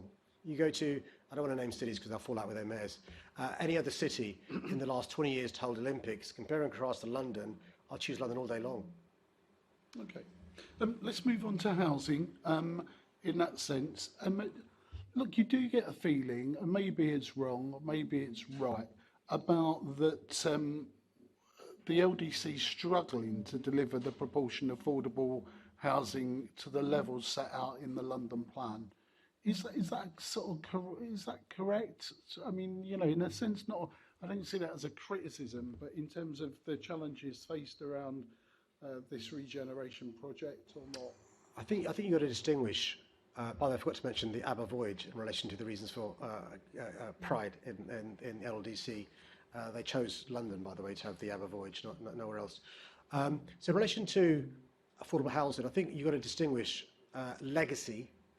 In other words, those schemes given permission both before I was mayor and before the London plan was adopted, and those schemes given permission after I became mayor and after the London plan it has now been adopted. So the new schemes you should be reassured by in relation to affordable homes. And you could even tease out, when it comes to affordable home, how much is social rent, how much are intermediate, and how much are the other types of affordable rent. And that's how much progress we've made, compared to some of the schemes which are now, some are starting, some are being completed, where the affordable housing is 11%. And so that can sometimes mask the progress we've made. It's a continual challenge because, the prevailing headwinds in relation to construction costs going up, in relation to viability and so forth. But I also, by the way, sorry, that the pragmatism that the LDC have shown working with City Hall is some schemes, Scheme A, may not be sensible for 50%. Scheme B, maybe you can get 70%. Why not work together so you can get an aggregate which is near what the London plan asks for, rather than cutting your nose to spite the face because you can't make it viable in Scheme A versus Scheme B. And given some of that historical legacy of different developments at different times under different regimes, right? What steps do you think you can take to meet your target of 50% affordable housing on public land? Is that? So I think for the newer stuff, that's definitely what we're going to get to. And we've got examples of the new stuff. I think it's in the briefing pack, of which will give you some reassurance in relation to aggregate, David. Yeah, so the big sites that were left to us when the mayor took office, in terms of Stratford Waterfront, Pudding Mill Lane and Rick Roberts Way, as the mayor said, there's a portfolio approach that will deliver that 50%. For other sites where deals were already done when the mayor took office, it's a case of, as phases of those come forward and as the contracted developer raises issues with LDC, looking for opportunities to increase up the percentage affordable. So, for example, on the East Wick and Sweetwater site, we've managed to increase affordable housing from 31% to 34%. And so LDC have a continual focus on any opportunity that present themselves, but decisions that were taken in the past under a previous mayor are clearly matters that are contracted and we have to abide by. Okay, let's move on to the East Bank and the final couple of questions. I should say I'm a fan of the East Bank, like you and your enthusiasm, probably along with Boris Johnson when I heard him talking about it when he first outlined his vision for it, which actually is not a vision that we're all too far apart on, to be honest. There's slight differences. So in terms of the anticipated final cost of the East Bank, has been confirmed at 628 million. This is 157 million more than the 470.9 figure presented to in the full business case. How much of that 157 million is funded by will be funded by the GLA, or will it be funded by some alternative issues? Yeah, I mean, I'll let Dave explain the split, the three-way split there, but just to reassure you, it's, the baseline budget hasn't increased, it's unchanged since last year, so there's been no additional increase since last year, which is really important because elsewhere across our city, you've seen increases over the last 12 months. That should give you some comfort, and there's this three-way split, and David's got the figures, I'm sure, in the briefing pack. Yeah, so the LDC have now entered into all but one of the contracts for the delivery, so we're nearly at the point where the the costs for those are final. That increase of 157 million pounds, 117 million is funded by the GLA, 23 million funded by partners, and 17 million for additional grants we secured from the government. Okay, all right. And just on that last point, so is there is no additional funding being diverted from elsewhere on any other projects that are being slowed down or whatever within the park or within the issues? It's something that is going to be, it's being owned within this particular project. No, all the schemes are being taken forward individually on their merit, and that the changes associated with any of them are what then lead to the fluctuations in the long-term model and the borrowing requirement from year to year, as you discussed with David earlier. Okay.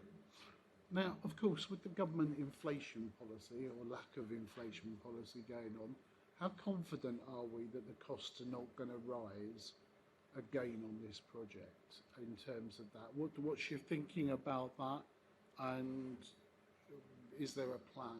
So in terms of East Bank, as I say, all but one of the construction contracts have now been let, and they're fixed price contracts, and so we have certainty there. The question now is really around risk associated with the detailed design. As you'll know, Assembly Member, the buildings are very close together on a very constrained site, and also then it's is everything absolutely right in terms of the touch points between the separate contracts building any one of the particular buildings? And so that's really where the remaining risk sits. LLDC use a quantified risk assessment in order to do that and have a provision based on that. And we've seen the kind of the client reserve that they've held back to fund any unexpected risks. Those risks have just reduced in the model. So we can never say never, but it's been a good year in terms of seeing how that's gone, and we hope that continues. Okay, Chair, I'm seeking guidance from you on the last question that I've got in my briefing notes. I think it might be appropriate that we do that as a written question, and that we just to seek out in light of how the previous answers were given to us. Yes, that's true. Thank you. Thank you. Thank you very much. Actually, there are a couple of other questions, so we will put them in writing because I'm mindful of the time, and we'll all lose the will to live if we carry on for too long. Last but certainly not least, we've got the OPDC, and that's going to be taken to start with by my colleague, Assembly Member Garrett. Afternoon. It's a question to the Mayor. So the upcoming revenue budgets for OPDC for 23-24 and 24-25 are roughly flat in line with previous years, but at some point they're going to start being very active. So what discussions have happened are ongoing about how that will work when their spend rises? Good afternoon. Happy New Year to you as well. The big progress we hope to happen this year, which could lead to us having to, and it's a good news, give more money to OPDC, is the adoption of the local plan. As we speak, not only are we working closely with OPDC, but OPDC working very closely with the government with a strategic business case. The reason why it's important that the government and OPDC are working so closely together is because the government owns lots of the land around there. Think of high-speed network rail, DFT land, so forth. But also we may need the government's financial support. The government generously gave us money in a previous HEF scheme, which we couldn't utilise for reasons that are rehearsed in relation to Car Giant and so forth. And so the government have worked closely with us because for two main reasons. One, the biggest station built in this century is going to be built here, Old Oak Common. High Speed 2 is here, but also next door to you, we've got the biggest industrial park in the UK. So those are reasons for optimism. If those things happen, as we hope, local plan being adopted, strategic business case leading to the government being conducive to release of land and or grant, I suspect OPDC will come to me on reason to say, listen, we need support now, additional support in year. And so it's provision to have those conversations in the year. What we did want to do is in advance, on a hypothetical basis, give additional monies that may not be needed. Okay, so picking up on your point, if that the new local plan isn't adopted, is there a plan B at that point? Adopted. If it's, well, plan A, I assume, is to have it adopted. If it's not adopted, then all the things you've just described can't happen, and we're back in the problem that you hinted at, where they had money from the government, had to give it back. So what does plan B look like? Yeah, if plan the good news on plan A, by the way, is there's going to be a short 2-day hearing this month, actually, on, I don't want to use the word trivial because it may come back and haunt me in relation to triviality of issues on an inspectorate and stuff, but we are reasonably confident that plan A can happen. Actually, plan A was a plan B. You may not remember. Sorry, you weren't here. Beg your pardon. Plan A was in relation to the north part of the site. We're now going to the west part of the site, which gives more certainty in relation to objectors. Nobody's objected in the same terms, nowhere near the same quality or quantity of objections, if any, with inverted commas, what you call plan A. And so we don't foresee that, but also because we've now had certainty from the government only in 2020 that High Speed 2 is happening, even more reasons why we're hoping that eventuality doesn't occur. Okay, so I take your point that this is effectively already plan B. We did have some conversations with OPDC previously. So £39 million of taxpayers' money has already been spent on the project, on what you correctly refer to as the previous plan A. What do we have to show for that? Well, I've got a list of 8 things I can read out or write to you. I'm happy to do both, but I'll keep on reading them until I'm stopped by the chair. If you could read them quickly and briefly, perhaps that would give us a good. You could just read them factually without the flowering out, please. So Chair, I said it'd take you 2 hours to be sarcastic. It took you 3 hours and 6 minutes, so well done. So since its establishment, OPDC has overseen planning consent of more than 6,000 new homes, 2,008 of which have been completed, with a further 1,600 nearly completed. High Speed 2, Old Dock Common Station, has been granted planning permission. I make this point as an aside. I was a Transport Minister in 2009, who on the floor of the House... So I think we might both get stared at by the chair if we have too many asides. Oh, so beg your pardon. You're going to rattle through the 8. Good point. Old Dock Common is the biggest ever station in the UK, managing all the 20 supported applications, including their plans for the new urban realm, another achievement. Work with the government to develop a strategic outline business case to coordinate major public sector land holdings and secure enabling funding for infrastructure. Brought forward early development sites for new housing and major new employment sites with a pipeline of 10 applications from major developers, for example, Pocket Living and so forth. Produced a draft local plan providing the framework for 25,000 new and affordable homes and tens of thousands of new jobs. Launched a new employment and skills hub to link local residents with job opportunities. In the first year alone, placed nearly 100 local people in full-time employment. Worked up decarbonisation plans, including the solar park in Park Royal, using industrial roof space and a heat-to-energy scheme, recycling surplus heat from local data centres. Improved community access to the Grand Union Canal and upgrading Willesden Junction Station. Supported community projects and small businesses through its Great Place scheme, which has kick-started 50 community projects with over 4,000 beneficiaries from the local area.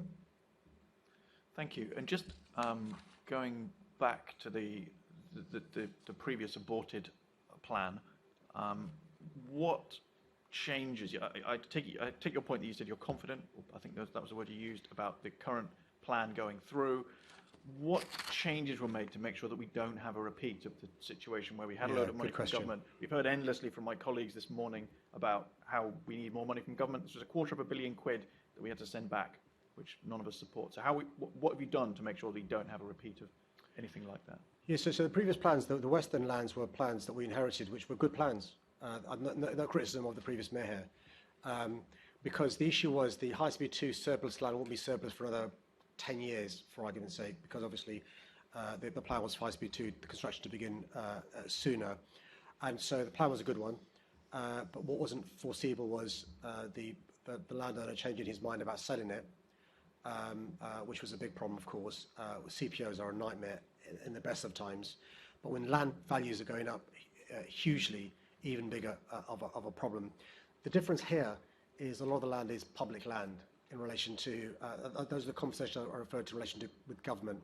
There's obviously an MOU with Network Rail, there's agreements with the government, that's a big game changer. Secondly, the increase in any value is not what it was in relation to private land holdings increases as well.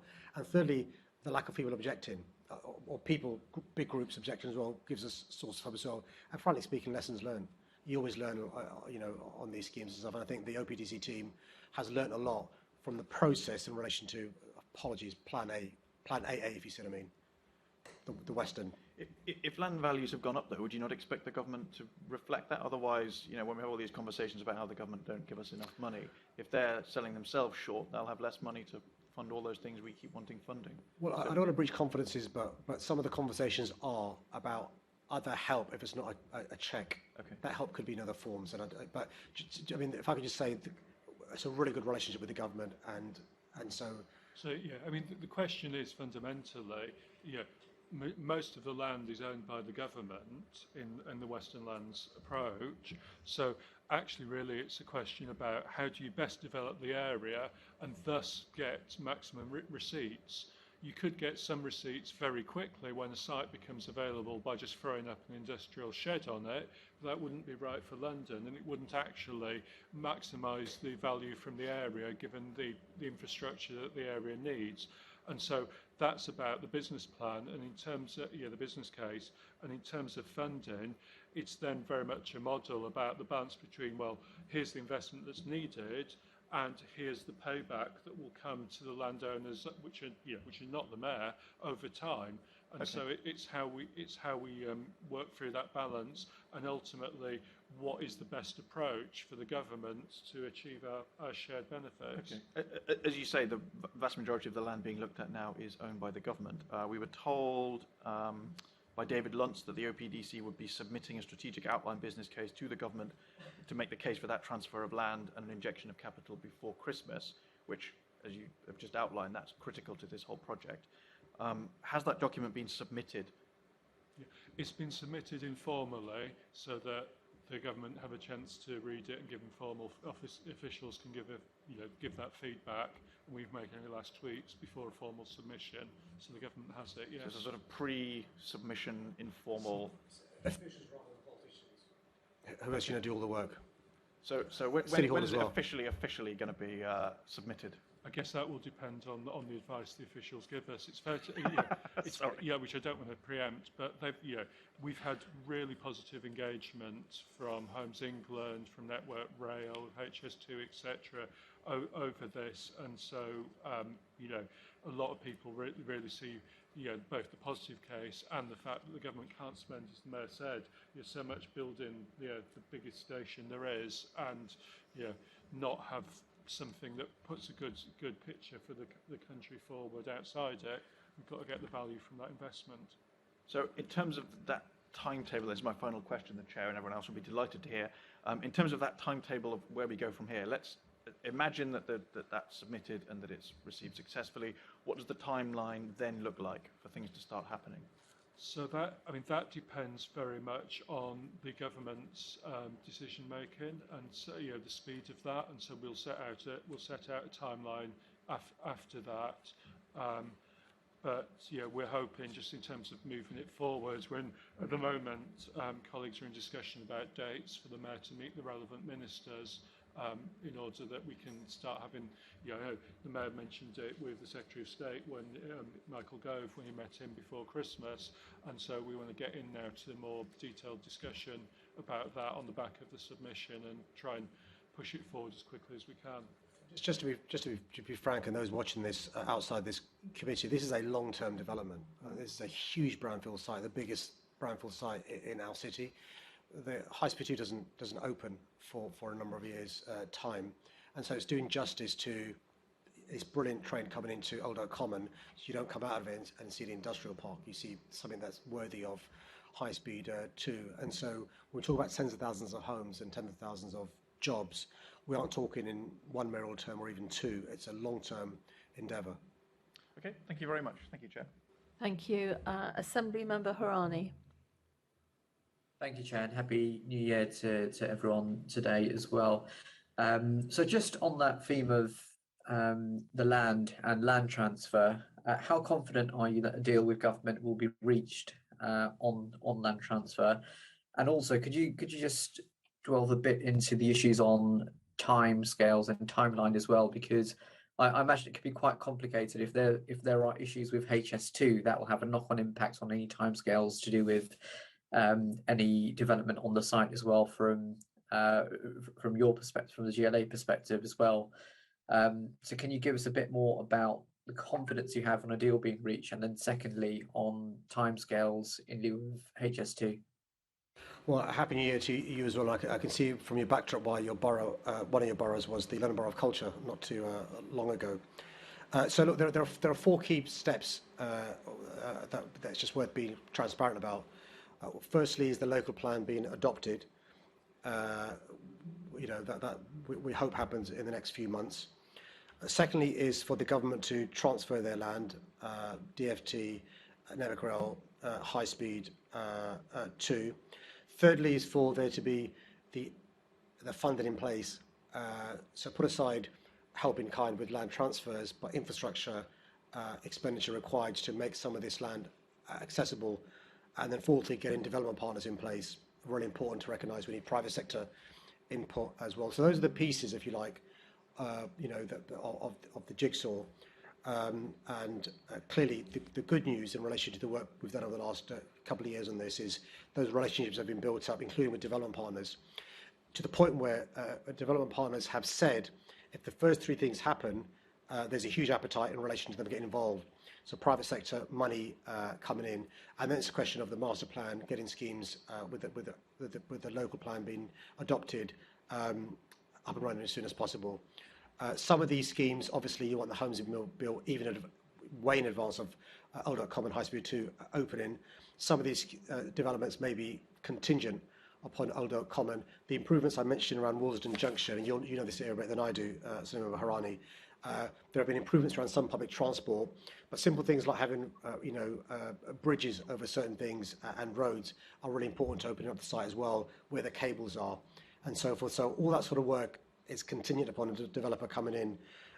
But I'd be surprised if you saw many thousands of homes being completed in this middle term.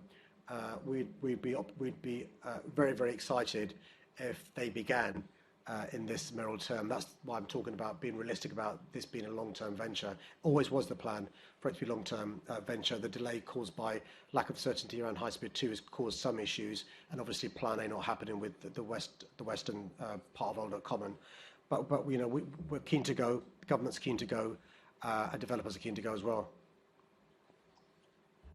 Thank you. And just on the question on confidence on whether a deal can be or will be reached on transfer of land, and what are your plans, or what is the backup plan, or what are the next steps if we get to the stage where actually the government doesn't want to look at the land and work with us in this way? You'll know this, but just to reassure you, and it's one of the things I forgot to mention in answer to the question what we've achieved, is the really good work already taking place and will still take place with the industrial park that's there, Park Royal. Really good work taking place with Park Royal, including during the pandemic. They've suffered hugely during the pandemic. It's the biggest industrial park in the UK, important for thousands of jobs and a huge amount of revenue coming to the Treasury. So if, God forbid, we weren't able to proceed on the current plans, which we're hoping for approval in the local plan, there are other things that can happen. We're not going to write off this really important brownfield site. One of the reasons why Development Corporation was set up, and again, another example of me supporting a decision made by the previous mayor and the then government, was because there are a number of different boroughs involved, and it's really difficult when you've got pieces of land that are in different boroughs to get development going. We heard some good examples of LLDC, I think 5 boroughs in LLDC. In this Middle Development Corporation, I think 3 boroughs. And so even though you don't see the fruit straight away, the cross-borough working together does lead to decisions being made that otherwise won't be made. So we're hopeful that this current local plan is adopted and that the various things that I've talked about flow from there. But we were not going to write off this brownfield site because High Speed 2 is happening. The Prime Minister has confirmed. Old Oak common station will be being built here. I just can't believe anybody would want people from across the country to come to London, or for Londoners to go to other parts of the country in a station that's surrounded by what will still be a brownfield site in 10 years' time. Thank you. That's it from me, Chair. Lovely, thank you very much. I mean, the Mayor is right, it's a huge site. I must say we all want it to be successful because it could produce so much, but we must not lose sight of the fact that £39 million of taxpayers' money has gone into something, and however long the list, Mr. Mayor, it's a heck of a lot of money. So if this doesn't go through, and I'm sure we all hope it does, then we will be asking questions on what's going on next. Noted, Chair. Just to worth always looking on the bright side. It could be words, it could be a garden bridge. There's a lot I could say about that, but I won't. There are questions that we haven't asked because the time will doesn't allow it, so we'll put those in writing to you if we may. Well, we will. I would like to thank our guests for attending this morning and for their answers to our questions. Can I ask the committee to note the report and the discussion? Thank you. Can we also delegate authority to me as chairman in consultation with the deputy chair and party group lead members to agree any output arising from the meeting? Thank you. Can I ask the committee? The Mayor offered talked about when the boundary charge feasibility would be published, and offered to take, was it Assemblymember Fortune through it, and I just wondered if that could be offered to all Assembly members, not just Assemblymember Fortune. Chair, subject to various undertakings of privacy, I'm more than happy for TfL to brief the Assembly. I think it's important that we are transparent with you. We're on the same side here now, but as long as we get that, because what we want to do, Chair, is breach any confidences with the Secretary of State. So subject to that, Caroline, I'm more than happy to work with the Chair to get... Thank you, because we are all getting comments about it, so very grateful for that. Thank you. Going back to number 6, can I ask the committee to note its work programme for 2021-22? Thank you. And the next meeting of the committee is scheduled for the 14th of January 2021 at 10 a.m. in committee rooms G02, 3 and 4 at the London Fire Brigade headquarters. I've not been informed of any other business, so I declare the meeting closed.